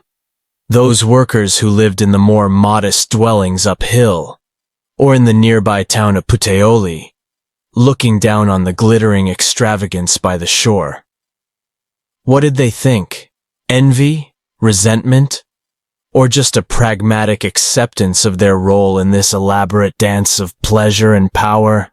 Perhaps a bit of all three, especially when the emperor's litter splashed mud on your clean tunic. As the shimmering image of Baiae, both above and below the waves, begins to dissolve, you're left with a sense of its ephemeral, almost dreamlike quality. It was a place built for pleasure, for escape, for the flaunting of immense power and wealth. And like many dreams, it ultimately faded, its physical remains succumbing to the slow, inexorable forces of nature. The silent, submerged ruins are a poignant reminder of Roman decadence, but also of the unseen labor that propped up such gilded cages. The party is long over, but the echoes and the mineral-rich waters still linger. The salty, steamy haze of Baiae's decadent shores gently evaporates from your senses. The sounds of lapping Mediterranean waves and distant Italian revelries give way to a different coastal ambiance. The air is still warm, still carries the scent of the sea, but it's perhaps little fresher, with notes of pine and cedar mixing with the saltwater tang. You find yourself on the North African coast again, but further west this time, in what the Romans called Mauritania Caesariensis, modern-day Algeria. Before you lies the charming port town of Tipasa, or Tipaza, a place with a rich history stretching back to Punic times before it was absorbed and developed by Rome. It's a picturesque spot, where Roman ruins tumble almost directly into the turquoise waters of the Mediterranean. You are walking through what feels like a more modest, perhaps more tranquil settlement than the grandiosity of Leptis Magna or the intense military focus of Carnuntum. The scale is human. You see the remains of villas with mosaic floors, a forum, a theater nestled into a hillside with the sea as its backdrop, Christian basilicas from a later period, and an ancient Punic necropolis hinting at its pre-Roman past. The town is spread out along the coast, interspersed with small coves and rocky headlands. There's a sense of peaceful integration between the Roman structures and the stunning natural landscape. It wasn't a major imperial capital or a strategic military linchpin like some of our other stops, but it was a prosperous trading port, a thriving community with its own distinct character. Imagine the daily rhythm: fishing boats setting out at dawn, merchants overseeing the loading and unloading of goods in the harbor, perhaps olive oil, grain, and distinctive African red slip pottery for export, and wine, marble, and manufactured goods arriving from other parts of the empire. One mainstream historical fact about Tipasa is its long and multicultural history. It was founded as a Punic trading post as early as the 6th century BC, serving the seafaring Phoenicians. Later it became part of the Numidian kingdom of Juba II, and Cleopatra Selene II, daughter of Mark Antony and Cleopatra VII of Egypt, yes, that Cleopatra, who brought a strong Hellenistic influence. Finally, it was annexed by Rome and granted Latin rights and eventually colonial status. This layered history is visible in the archaeological remains, creating a unique blend of Punic, indigenous North African, Hellenistic, and Roman influences. It's a town that wore its history openly, not erasing the past but building upon it. You can almost see the different cultural fingerprints on the architecture and the town planning. Right, Publius. We'll put the new Roman Forum here, but try not to disturb great-grandpappy Hanno's Punic tomb over there. He gets grumpy. What lends Tipasa a particularly peculiar charm beyond its beautiful setting is its funerary architecture, especially the monumental royal mausoleum of Mauritania, located a few kilometers inland. Though not strictly in Tipasa, it's intrinsically linked to the region and the Berber kingdoms that Rome eventually absorbed. This massive circular stone tomb, sometimes called the Tomb of the Christian Woman, a misnomer as it predates Christianity significantly, is a striking piece of architecture, resembling a giant stone tumulus with a conical roof, decorated with Ionic columns. Its precise origins and who exactly was buried there, perhaps Juba II and Cleopatra Selene II themselves, are still debated, but it stands as a powerful symbol of the pre-Roman Berber monarchies and their sophisticated culture. Back in Tipasa itself, the necropolises show a fascinating mix too.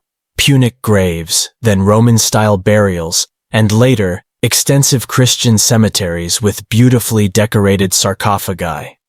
The way a society treats its dead tells you a lot about the living, and Tipasa offers a rich tapestry of funerary practices reflecting its diverse population over many centuries. It's like an open-air museum of bereavement styles. This year, are we going for the traditional Punic simple interment, or the fancy Roman sarcophagus with the carved dolphins? Now for a slightly quirky, or at least thoughtful aspect of Tipasa. The 20th century French philosopher Albert Camus spent time here and wrote powerfully about its beauty and the sense of connection he felt with the landscape and its ruins.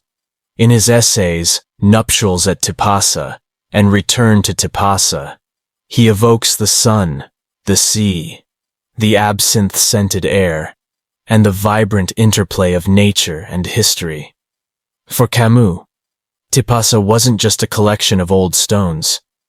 It was a place where one would feel intensely alive, embracing the sensual world in defiance of life's absurdities. His writings have, in a way, added another layer to Tipasa's story, drawing modern pilgrims seeking not just Roman history, but also a connection to Camus' philosophical musings. It's not every Roman ruin that gets its own existentialist fan club. The economic life of Tipasa would have revolved around maritime trade and the agricultural produce of its hinterland. Olive oil, as in much of North Africa, was likely a key export. Fishing would have provided sustenance and perhaps a small export industry. The town itself, with its baths, theater, and temples, would have served as a civic and commercial center for the surrounding rural population. It likely had a diverse population, Roman officials and merchants, veteran soldiers settling down, local Berbers who had become Romanized, and sailors from across the Mediterranean passing through its port. Historians still argue about the precise impact of Romanization on the indigenous Berber populations in areas like Tipasa. To what extent did they adopt Roman culture wholesale? And how much did their own traditions persist, perhaps subtly influencing Roman practices in the region? The linguistic evidence, Punic and Libyan inscriptions continuing alongside Latin, and the syncretic religious practices suggest a complex interplay rather than a simple assimilation. It wasn't a one-way street of Roman culture flowing outwards. It was more of a two-way exchange, creating unique local flavors of Romanitas. As you imagine strolling along its seaside promenade, the scent of the Mediterranean in your nostrils, the sound of waves crashing gently against ancient Roman stonework, Tipasa feels like a haven, perhaps less dramatic than some other Roman sites, but imbued with a serene beauty and a deep sense of history's layers. It was a place where different cultures met and mingled, creating a vibrant coastal community that thrived for centuries under the Roman peace, leaving behind evocative ruins that whisper tales of trade, daily life, and changing beliefs, all kissed by the Algerian sun and sea. It's a reminder that not all Roman provincial life was about legions on the march or grand imperial pronouncements. Much of it was about the quieter rhythms of commerce, community, and coexistence in places of enduring natural charm. The tranquil, sun-drenched coastal air of Tipasa, with its echoes of Punic and Roman mariners, gradually recedes. The scent of the sea is replaced by the smell of damp earth, pine forests, and something metallic, a mineral sharpness in the cool mountain air, similar to what you experienced in Hallstatt, but with a different underlying resonance. You feel the ground sloping upwards again, rugged and uneven beneath your feet. We've journeyed to the mountainous region of Dacia, in modern-day Romania, an area prized by the Romans for one precious resource above all others, gold. Our destination is Alburnus Mayer, today known as Rosia, Montana, a mining settlement high in the Apuseni Mountains, where the Romans established extensive gold mining operations. You are standing in a valley surrounded by forested peaks.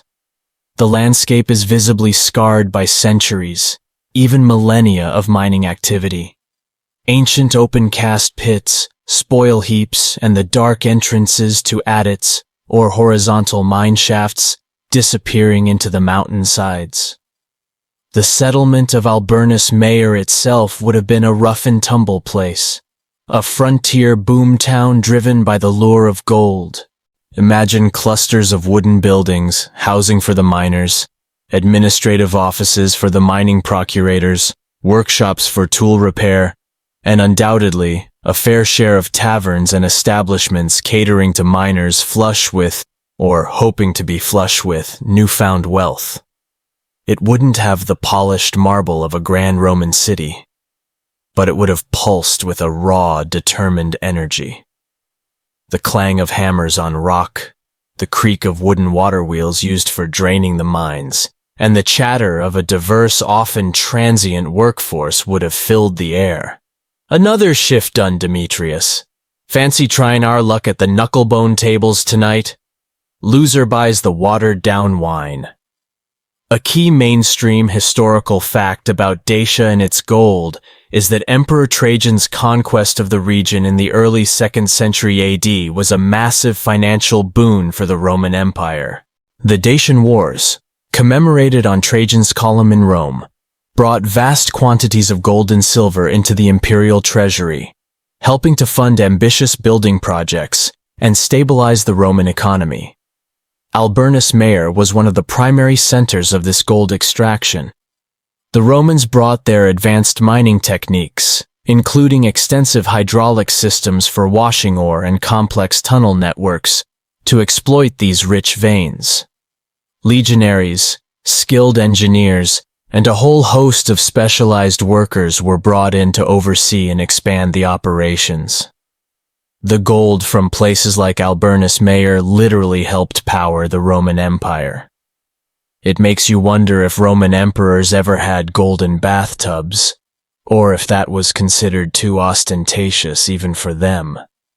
The truly peculiar and fascinating aspect of Alburnus Mayer, much like Vindolanda with its letters, lies in another remarkable set of preserved ancient documents: wax tablets. In the damp anaerobic conditions of the ancient mine workings, hundreds of these wooden tablets, originally coated with a layer of wax on which text was inscribed with a stylus, have survived.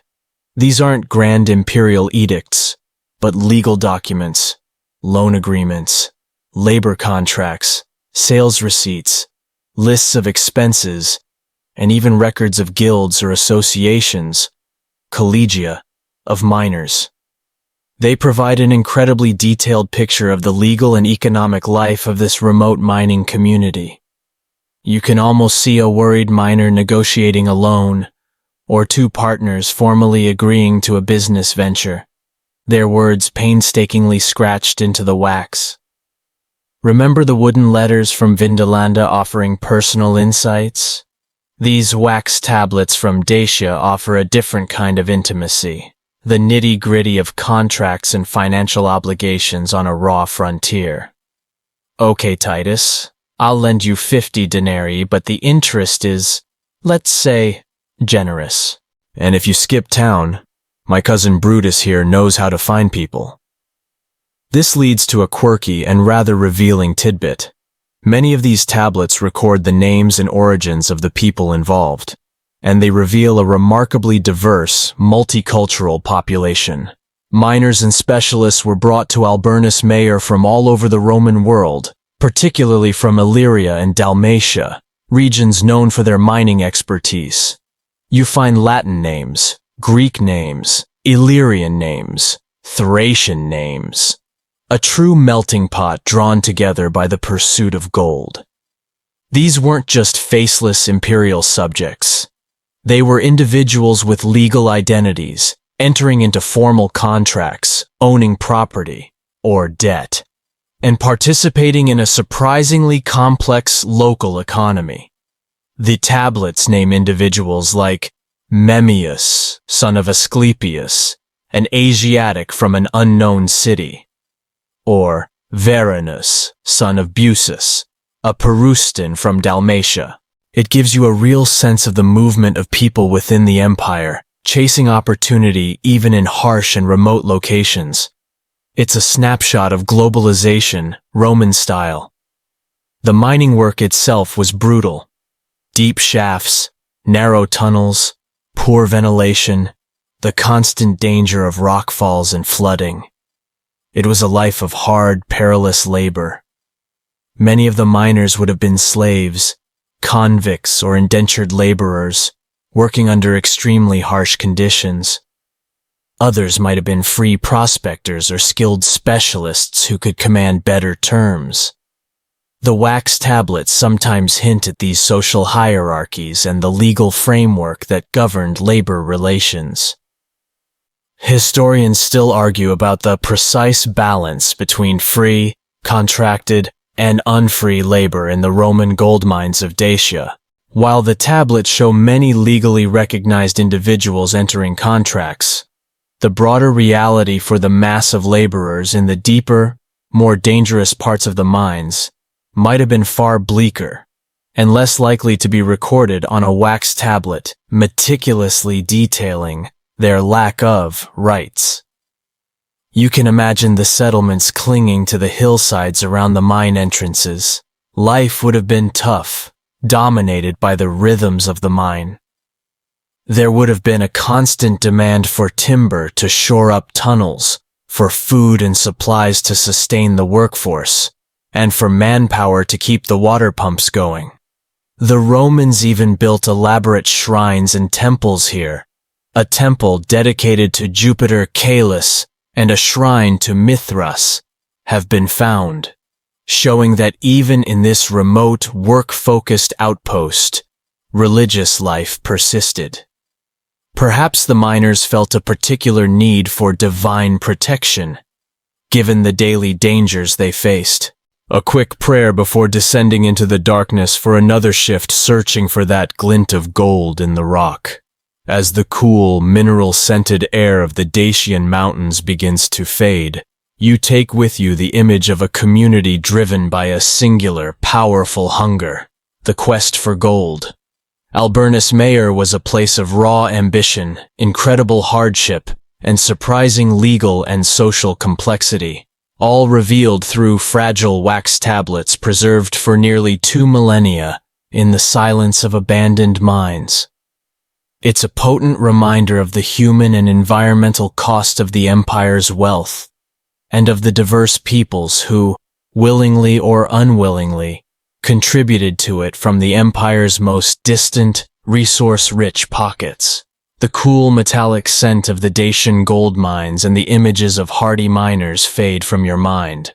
The air warms slightly, becoming softer, imbued with the gentle, earthy fragrance of a temperate countryside damp soil, decaying leaves, and the faint, sweet smell of wood smoke from a distant hearth.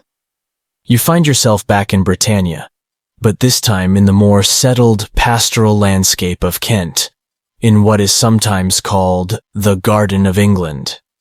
We are at the Lullingstone Roman Villa, not a bustling town or a military outpost, but a grand agricultural estate that provides a fascinating glimpse into the evolving beliefs and lifestyles of a wealthy Romano-British family over several centuries. You are standing amidst the well-preserved foundations of a substantial villa, its layout clearly discernible. You can trace the outlines of numerous rooms, a dining room, triclinium, bath suites, kitchens, living quarters, and perhaps even a dedicated audience chamber.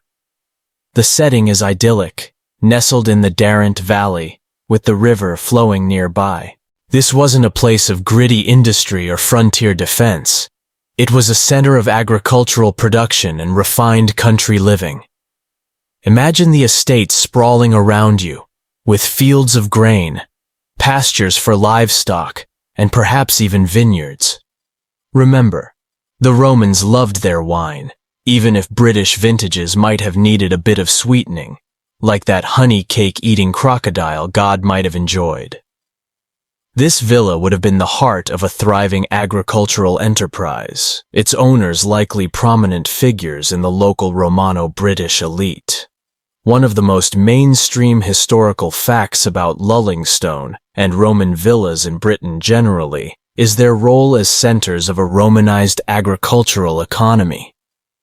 These estates were not just luxurious homes, they were productive farms, often supplying surplus grain, meat, and other goods to nearby towns, military garrisons, or even for export. The wealth generated from these agricultural activities funded the luxurious lifestyles of their owners, enabling them to afford fine mosaics, painted wall plaster, underfloor heating, a must-have in the British climate, as you'll recall from Kaleva's theoretical amenities, and imported luxury goods from across the empire. Lullingstone exemplifies this, starting perhaps as a modest farmhouse in the late 1st century AD, and gradually expanding into a grand and richly adorned residence over the next 3 centuries. It's the ancient equivalent of a country squire slowly but surely upgrading the ancestral pile. Darling, I was thinking, that old west wing could really use a new hypocaust system, and perhaps a mosaic depicting Bacchus looking slightly more jovial. What makes Lullingstone a particularly peculiar and captivating pocket of Roman life is the remarkable evidence it provides for religious change and continuity within a single household over generations. Deep within the villa, archaeologists unearthed a complex of rooms that clearly had religious significance. But what's fascinating is how that significance evolved. In its earlier phases, from perhaps the late 2nd or early 3rd century AD, there was a deep room or cellar, which seems to have functioned as a pagan shrine, possibly dedicated to local water deities, given the villa's proximity to the river. Offerings of pottery were found here. This indicates the family, or at least some of its members, adhered to traditional Romano-British pagan beliefs. But then, in the later 4th century, something remarkable happened. A suite of rooms directly above this pagan cellar was converted into a Christian house church, one of the earliest and best preserved in Britain. And here's the really quirky part. This Christian chapel was adorned with unique and vibrant wall paintings, including depictions of figures in prayer, orantes, with arms outstretched, and a large Chi-Rho monogram, an early Christian symbol formed by the first 2 letters of Christ's name in Greek. These paintings are incredibly rare and provide powerful visual evidence for the presence of a practicing Christian community within this wealthy villa household during the later Roman Empire. It's a direct insight into the spread of Christianity into the provincial elite. You can almost picture the family gathered for Christian worship in these rooms, while just below their feet, the older, now disused pagan shrine still lay silent. Talk about building your faith on old foundations, literally. It makes you wonder if there were ever awkward family dinners. Grandfather still mumbles about the water sprites, but we prefer the good old Chi-Rho, don't we, dear? The coexistence of these pagan and Christian elements within the same building, albeit at different times, or perhaps with some overlap, is incredibly thought-provoking. Did the family convert gradually? Was there a specific event or individual who brought Christianity to Lullingstone? The Christian frescoes also feature scenes of figures in rich contemporary Roman dress, suggesting these weren't just humble converts, but people of status. Historians still argue about the nature of the Christian community at Lullingstone. Was it just the villa owners and their immediate family? Or did it extend to their slaves, tenants, and estate workers? And how did their adoption of Christianity affect their relationship with their pagan neighbors, or with the more traditional elements of Romano-British society? The paintings themselves are not crude graffiti. They are sophisticated works, suggesting a level of patronage and commitment to the new faith. Another intriguing find at Lullingstone was a pair of marble portrait busts, dating to the 2nd century AD, likely representing ancestors or previous owners of the villa. These were found deliberately concealed, perhaps during a time of upheaval or when the family later embraced Christianity and wanted to distance themselves from these more pagan-associated ancestral images. Or maybe they just didn't like the way Uncle Tiberius's nose was sculpted. Whatever the reason, their careful burial suggests they were still considered significant, even if their open display was no longer appropriate. The Lullingstone Villa provides a wonderfully intimate snapshot of cultural and religious transformation within a domestic setting. It's not about grand imperial decrees imposing a new religion from on high, but about how individuals and families navigated these profound changes in their own homes, in their own lives. You can imagine the conversations, the debates, the personal journeys of faith that must have taken place within these now ruined walls. As the image of this genteel Kentish estate begins to fade, you're left pondering the deeply personal ways in which the grand tides of history, like the rise of Christianity, manifested in these peculiar private pockets of the Roman world. It wasn't just emperors and bishops making religious history. It was also families in their country villas, redecorating their rooms and reorienting their souls. The peaceful pastoral atmosphere of Lulling Stone, with its whispers of religious conversion, gently fades from your mind. The scent of damp English earth and wood smoke gives way to a much drier, harsher air, the thin, clear air of a sun-scorched desert wilderness. The ground beneath your feet becomes rocky, desolate, and you feel an almost oppressive sense of heat radiating from the barren landscape. We are now far to the east, in the Judean desert, overlooking the Dead Sea. Rising dramatically from the arid plains before you is the imposing flat-topped mountain fortress of Masada.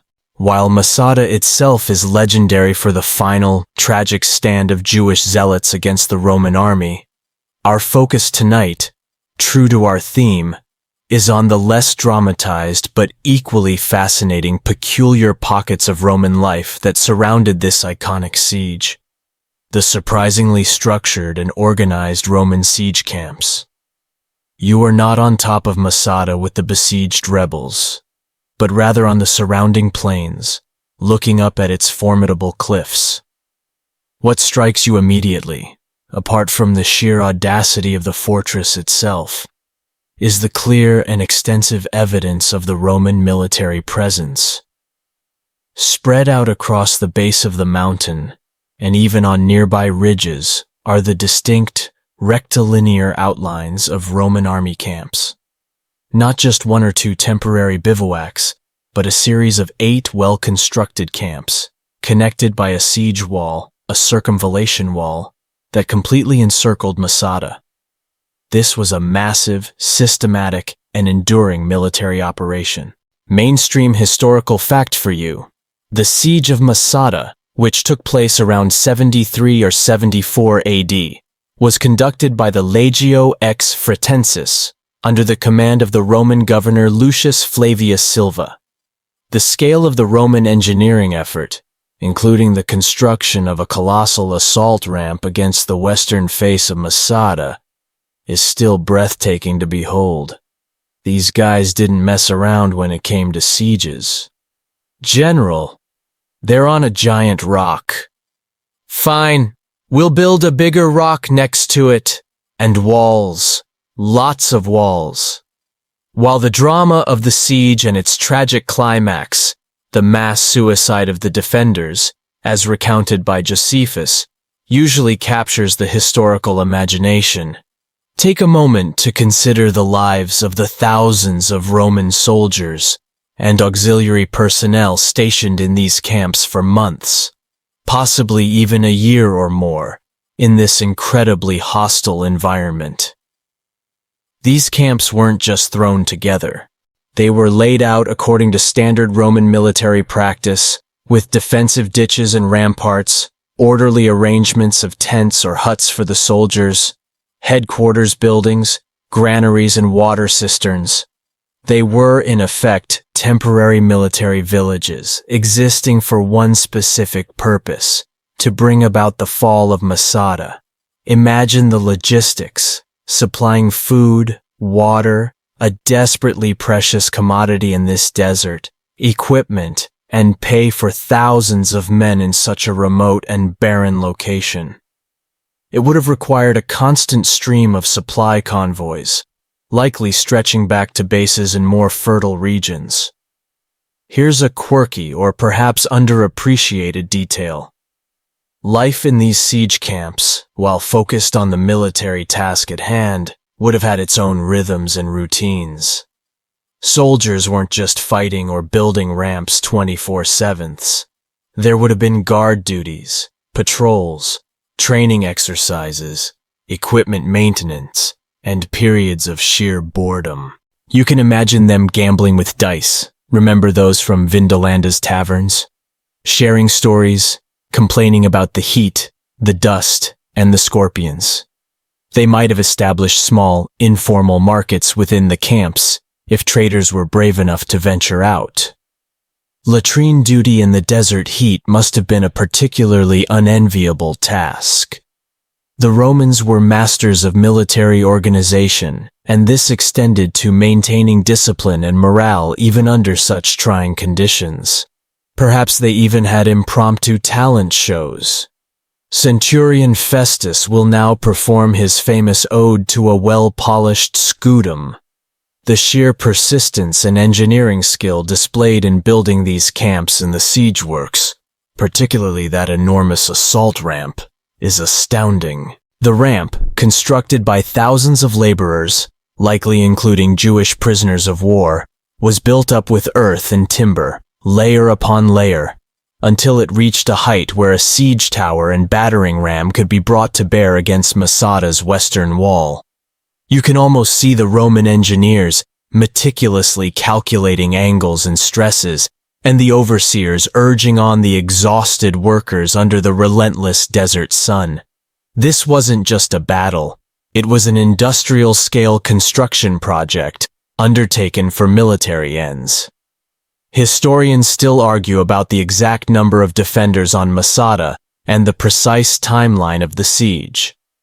Josephus, our primary source, gives specific numbers, but like many ancient historians, he may have had his own biases or access to incomplete information.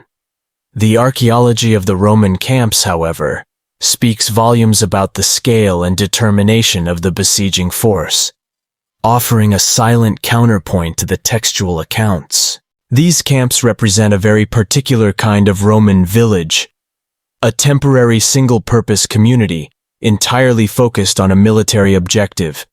Yet, within that framework, the basic human needs and social dynamics of any settlement would have existed. There would have been hierarchies, friendships, rivalries, moments of camaraderie, and periods of intense stress. The soldiers of Legio Exfratensis and their auxiliary comrades drawn from various parts of the empire brought their own backgrounds and experiences to this desolate patch of the Judean wilderness. They were a long way from the comfortable villas of Baiae or the steamy baths of Aquae Sulis. Their peculiar pocket was one of dust, discipline, and dogged determination. The ghosts here aren't just those of the tragic defenders atop the rock, but also of the Roman legionaries who waited, worked, and ultimately conquered, leaving behind the indelible footprints of their camps as a testament to Roman military might and engineering prowess. As the searing desert sun begins to dip towards the horizon, casting long, stark shadows from the rock of Masada and the ghostly outlines of the Roman camps, you're left with a profound sense of the immense resources and sheer willpower the Roman Empire could bring to bear. These camps, these temporary villages of war, tell a story not just of conquest, but of incredible organization, endurance, and the methodical application of military science, even in one of the most inhospitable landscapes imaginable. The stark, sun-baked desolation surrounding Masada, with its echoes of Roman siege engines and desperate courage, gradually fades from your perception. The dry desert air is replaced by a warmer, gentler breeze, carrying the scent of pine, rosemary, and perhaps a hint of dust from sun-drenched plains. The intense Middle Eastern light softens, becoming the more golden hue of the Iberian Peninsula. You find yourself in Hispania, modern-day Spain, in the northwestern region known for its rugged terrain and, in ancient times, its rich mineral resources, and fierce Celtic and Iberian tribes. Our destination is Petavonium, a Roman settlement that began life as a legionary fortress and evolved into a civilian town, playing a crucial role in the Roman consolidation of power in this often restive corner of the empire. You are standing in what was once a strategically important military zone. Petavonium was originally established as a camp for Legio X Gemina during the Cantabrian Wars in the late 1st century BC, a series of brutal campaigns fought by Augustus to subdue the last independent tribes of Hispania. You can still sense the military DNA of the place, even as it later transitioned to a civilian settlement. Imagine the landscape: rolling hills, some forested, others cleared for pasture or early agriculture.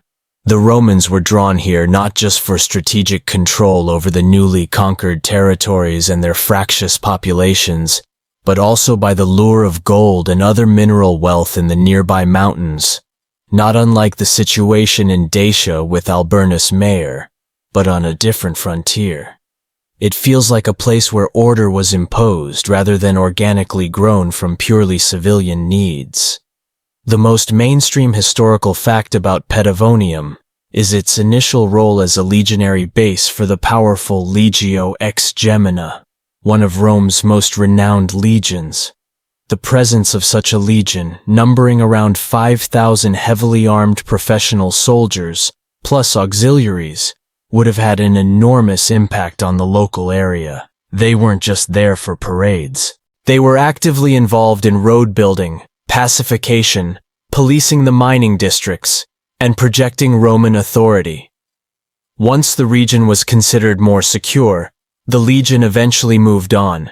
But the infrastructure they created, roads, fortifications, a basic urban layout, often formed the nucleus for subsequent civilian towns, or civitates.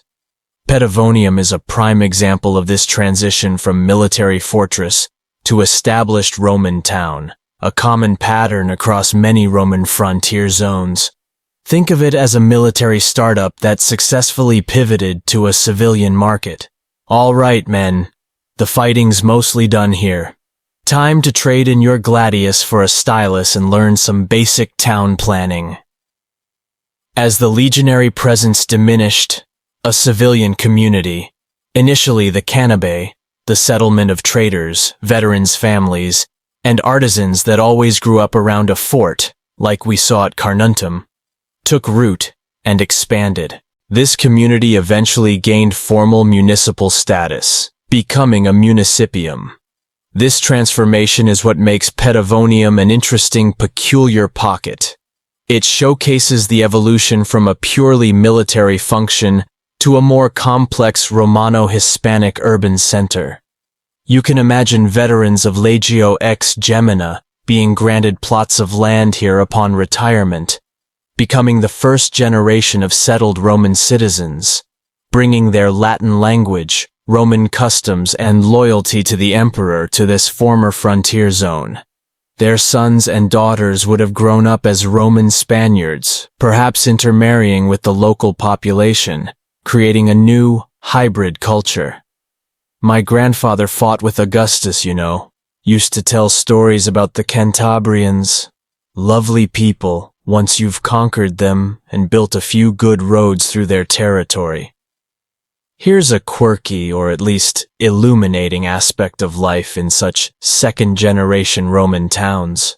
While the initial imprint was strongly military and Roman, over time, local Iberian and Celtic traditions often reasserted themselves or blended with Roman culture in fascinating ways.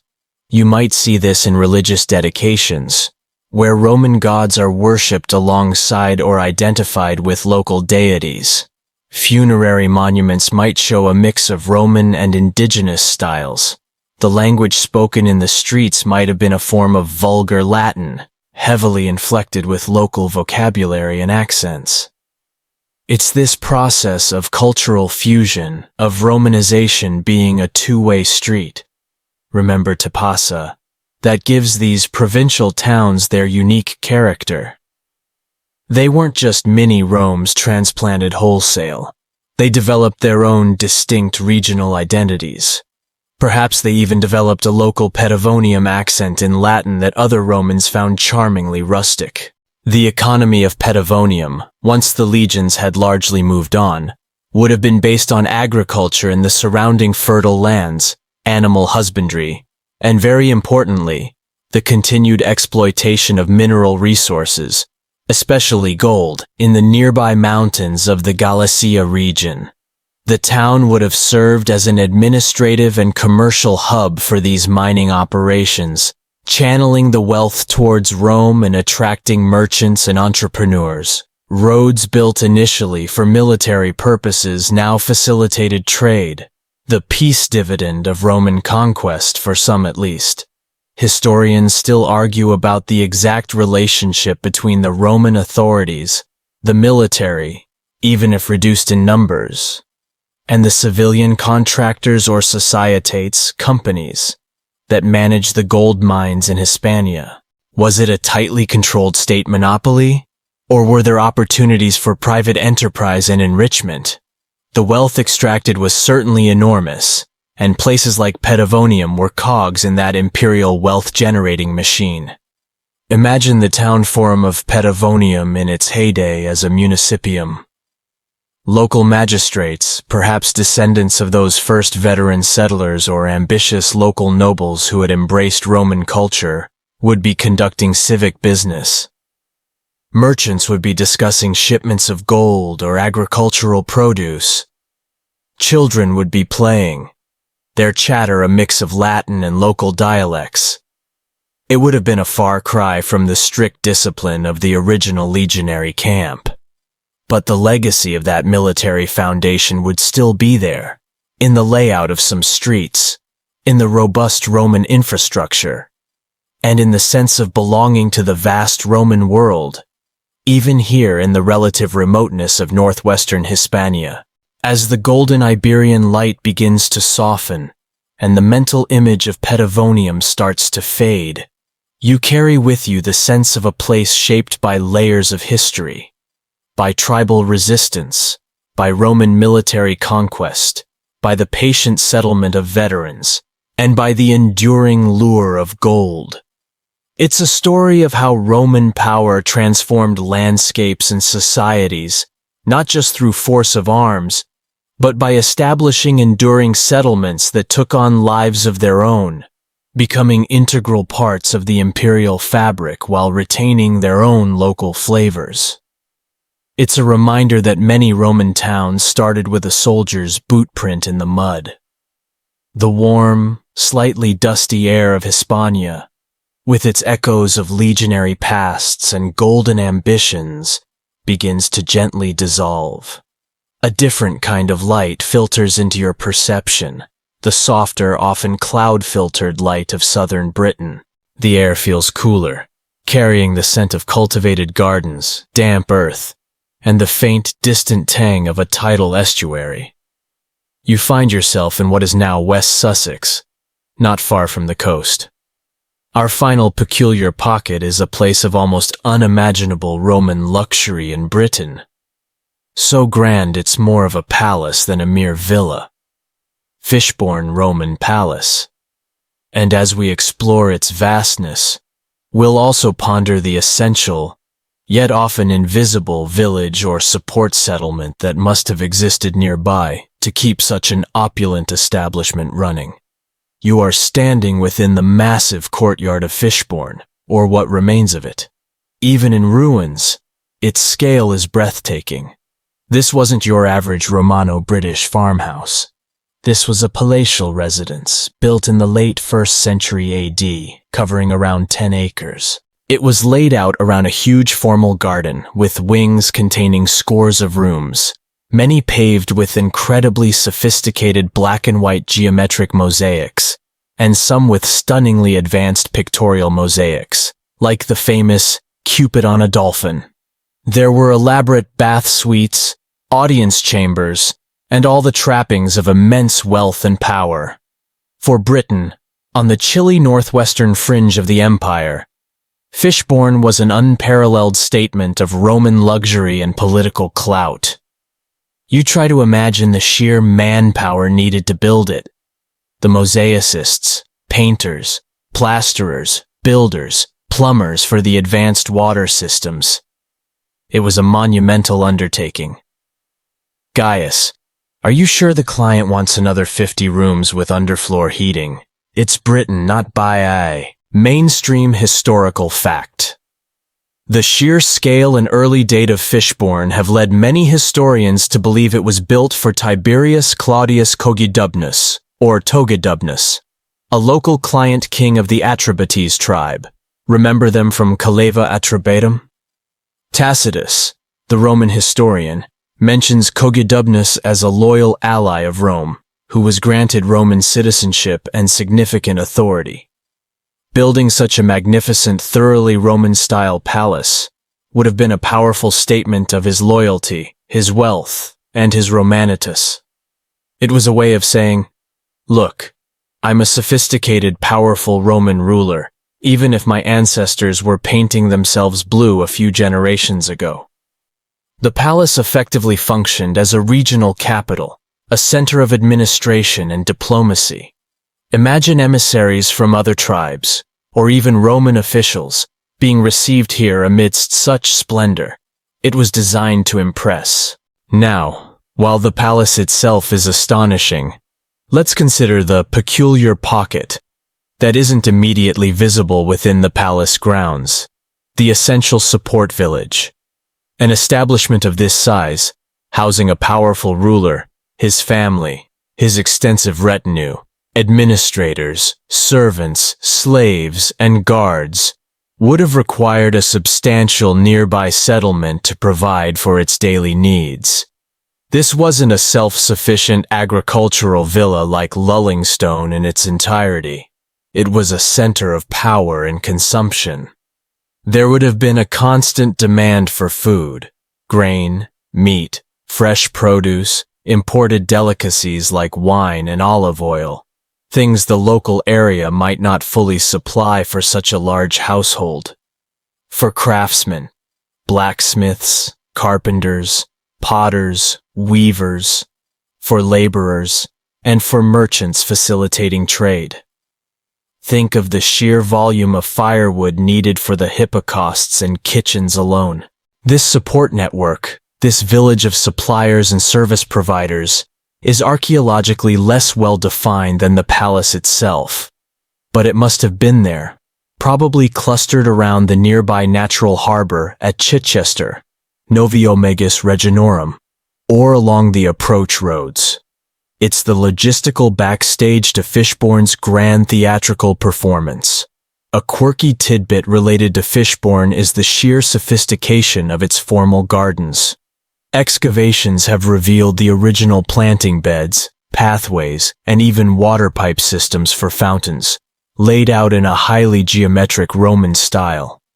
They even found evidence of imported Italian soil, presumably to help grow Mediterranean plants that might have struggled in the British climate. This wasn't just a few flower beds.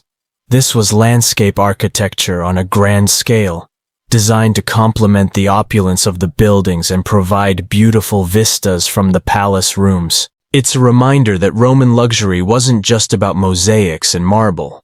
It was also about shaping and controlling the natural environment to create spaces of beauty and pleasure. One can imagine Cogidubnus strolling through his perfectly manicured gardens, perhaps dictating letters, or just enjoying a moment of very wealthy peace, trying not to slip on any of those famous British earthworms enjoying the imported soil. Historians still argue about the exact fate of Fishbourne. Around 270 AD, a major fire seems to have destroyed much of the north wing, and the palace was subsequently abandoned and systematically dismantled for its valuable building materials, much like Caleva's fate. Why it was abandoned is unclear.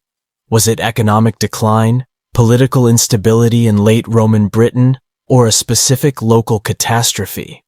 The immense wealth represented by Fishbourne would have been difficult to sustain as the Roman world faced increasing pressures in the 3rd and 4th centuries. Whatever the cause, its period of glory was relatively short-lived, lasting perhaps a couple of centuries at most.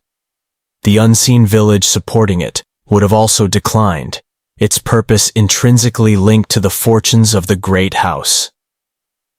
As you stand in the imagined grandeur of Fishbourne's courtyard, surrounded by the ghosts of its intricate mosaics and manicured gardens, you reflect on the journey we've taken. From the strangely empty grid of Caleva, to the pampered crocodiles of Arsinoe, the steamy curses of Aquae Sulis, the intimate letters of Vindolanda, and the amber roots of Carnuntum. We've seen the desert cosmopolitanism of Dura Europos, the submerged decadence of Baiae, the multicultural port of Tipasa, and the Dacian gold mines of Alburnus Mayor. We've delved into the changing faiths at Lullingstone Villa, the grim efficiency of Masada's siege camps, and the legionary roots of Petavonium. Each was a unique world, a peculiar pocket revealing a different facet of the vast, complex Roman Empire. Fishbourne, with its almost overwhelming luxury on a distant shore, supported by an invisible network, serves as a final, fitting example of the diverse and often surprising ways in which Roman life unfolded. These villages, hamlets, and specialized settlements, often overshadowed by the great cities and epic battles, were where the real texture of the empire was woven, day by ordinary, extraordinary day. They were the quiet places where history was lived, not just recorded. And so, our journey through these peculiar pockets of Roman village life gently comes to a close. The grandeur of Fishbourne, like all the other places we visited tonight, slowly recedes, leaving behind a quiet sense of wonder at the sheer diversity of human experience within that sprawling empire. The bustling markets, the remote frontiers, the sacred springs, the dusty roads, they all fall silent now, settling back into the soft embrace of the past. Think of the countless individuals whose lives, both grand and humble, brushed against these ancient stones. The miner in Dacia, his face lit by a flickering lamp. The priestess in Egypt, adorning a sacred crocodile. The child in Caleva, playing on a street whose outline we can only now trace. Their worries, their hopes, their daily routines, so distant in time, yet so fundamentally human. As you drift now, let these images soften, blur, and become part of the quiet tapestry of your mind. The concerns of your own day can wait until morning. For now, there is only the gentle rhythm of your breath, the comfort of your bed, and the soft, lingering echoes of ancient lives lived in places you might never have heard of before tonight, but which hopefully now feel a little closer, a little more real. Allow yourself to sink deeper into that restful feeling, into the peaceful space between wakefulness and sleep. The story is done. Rest now,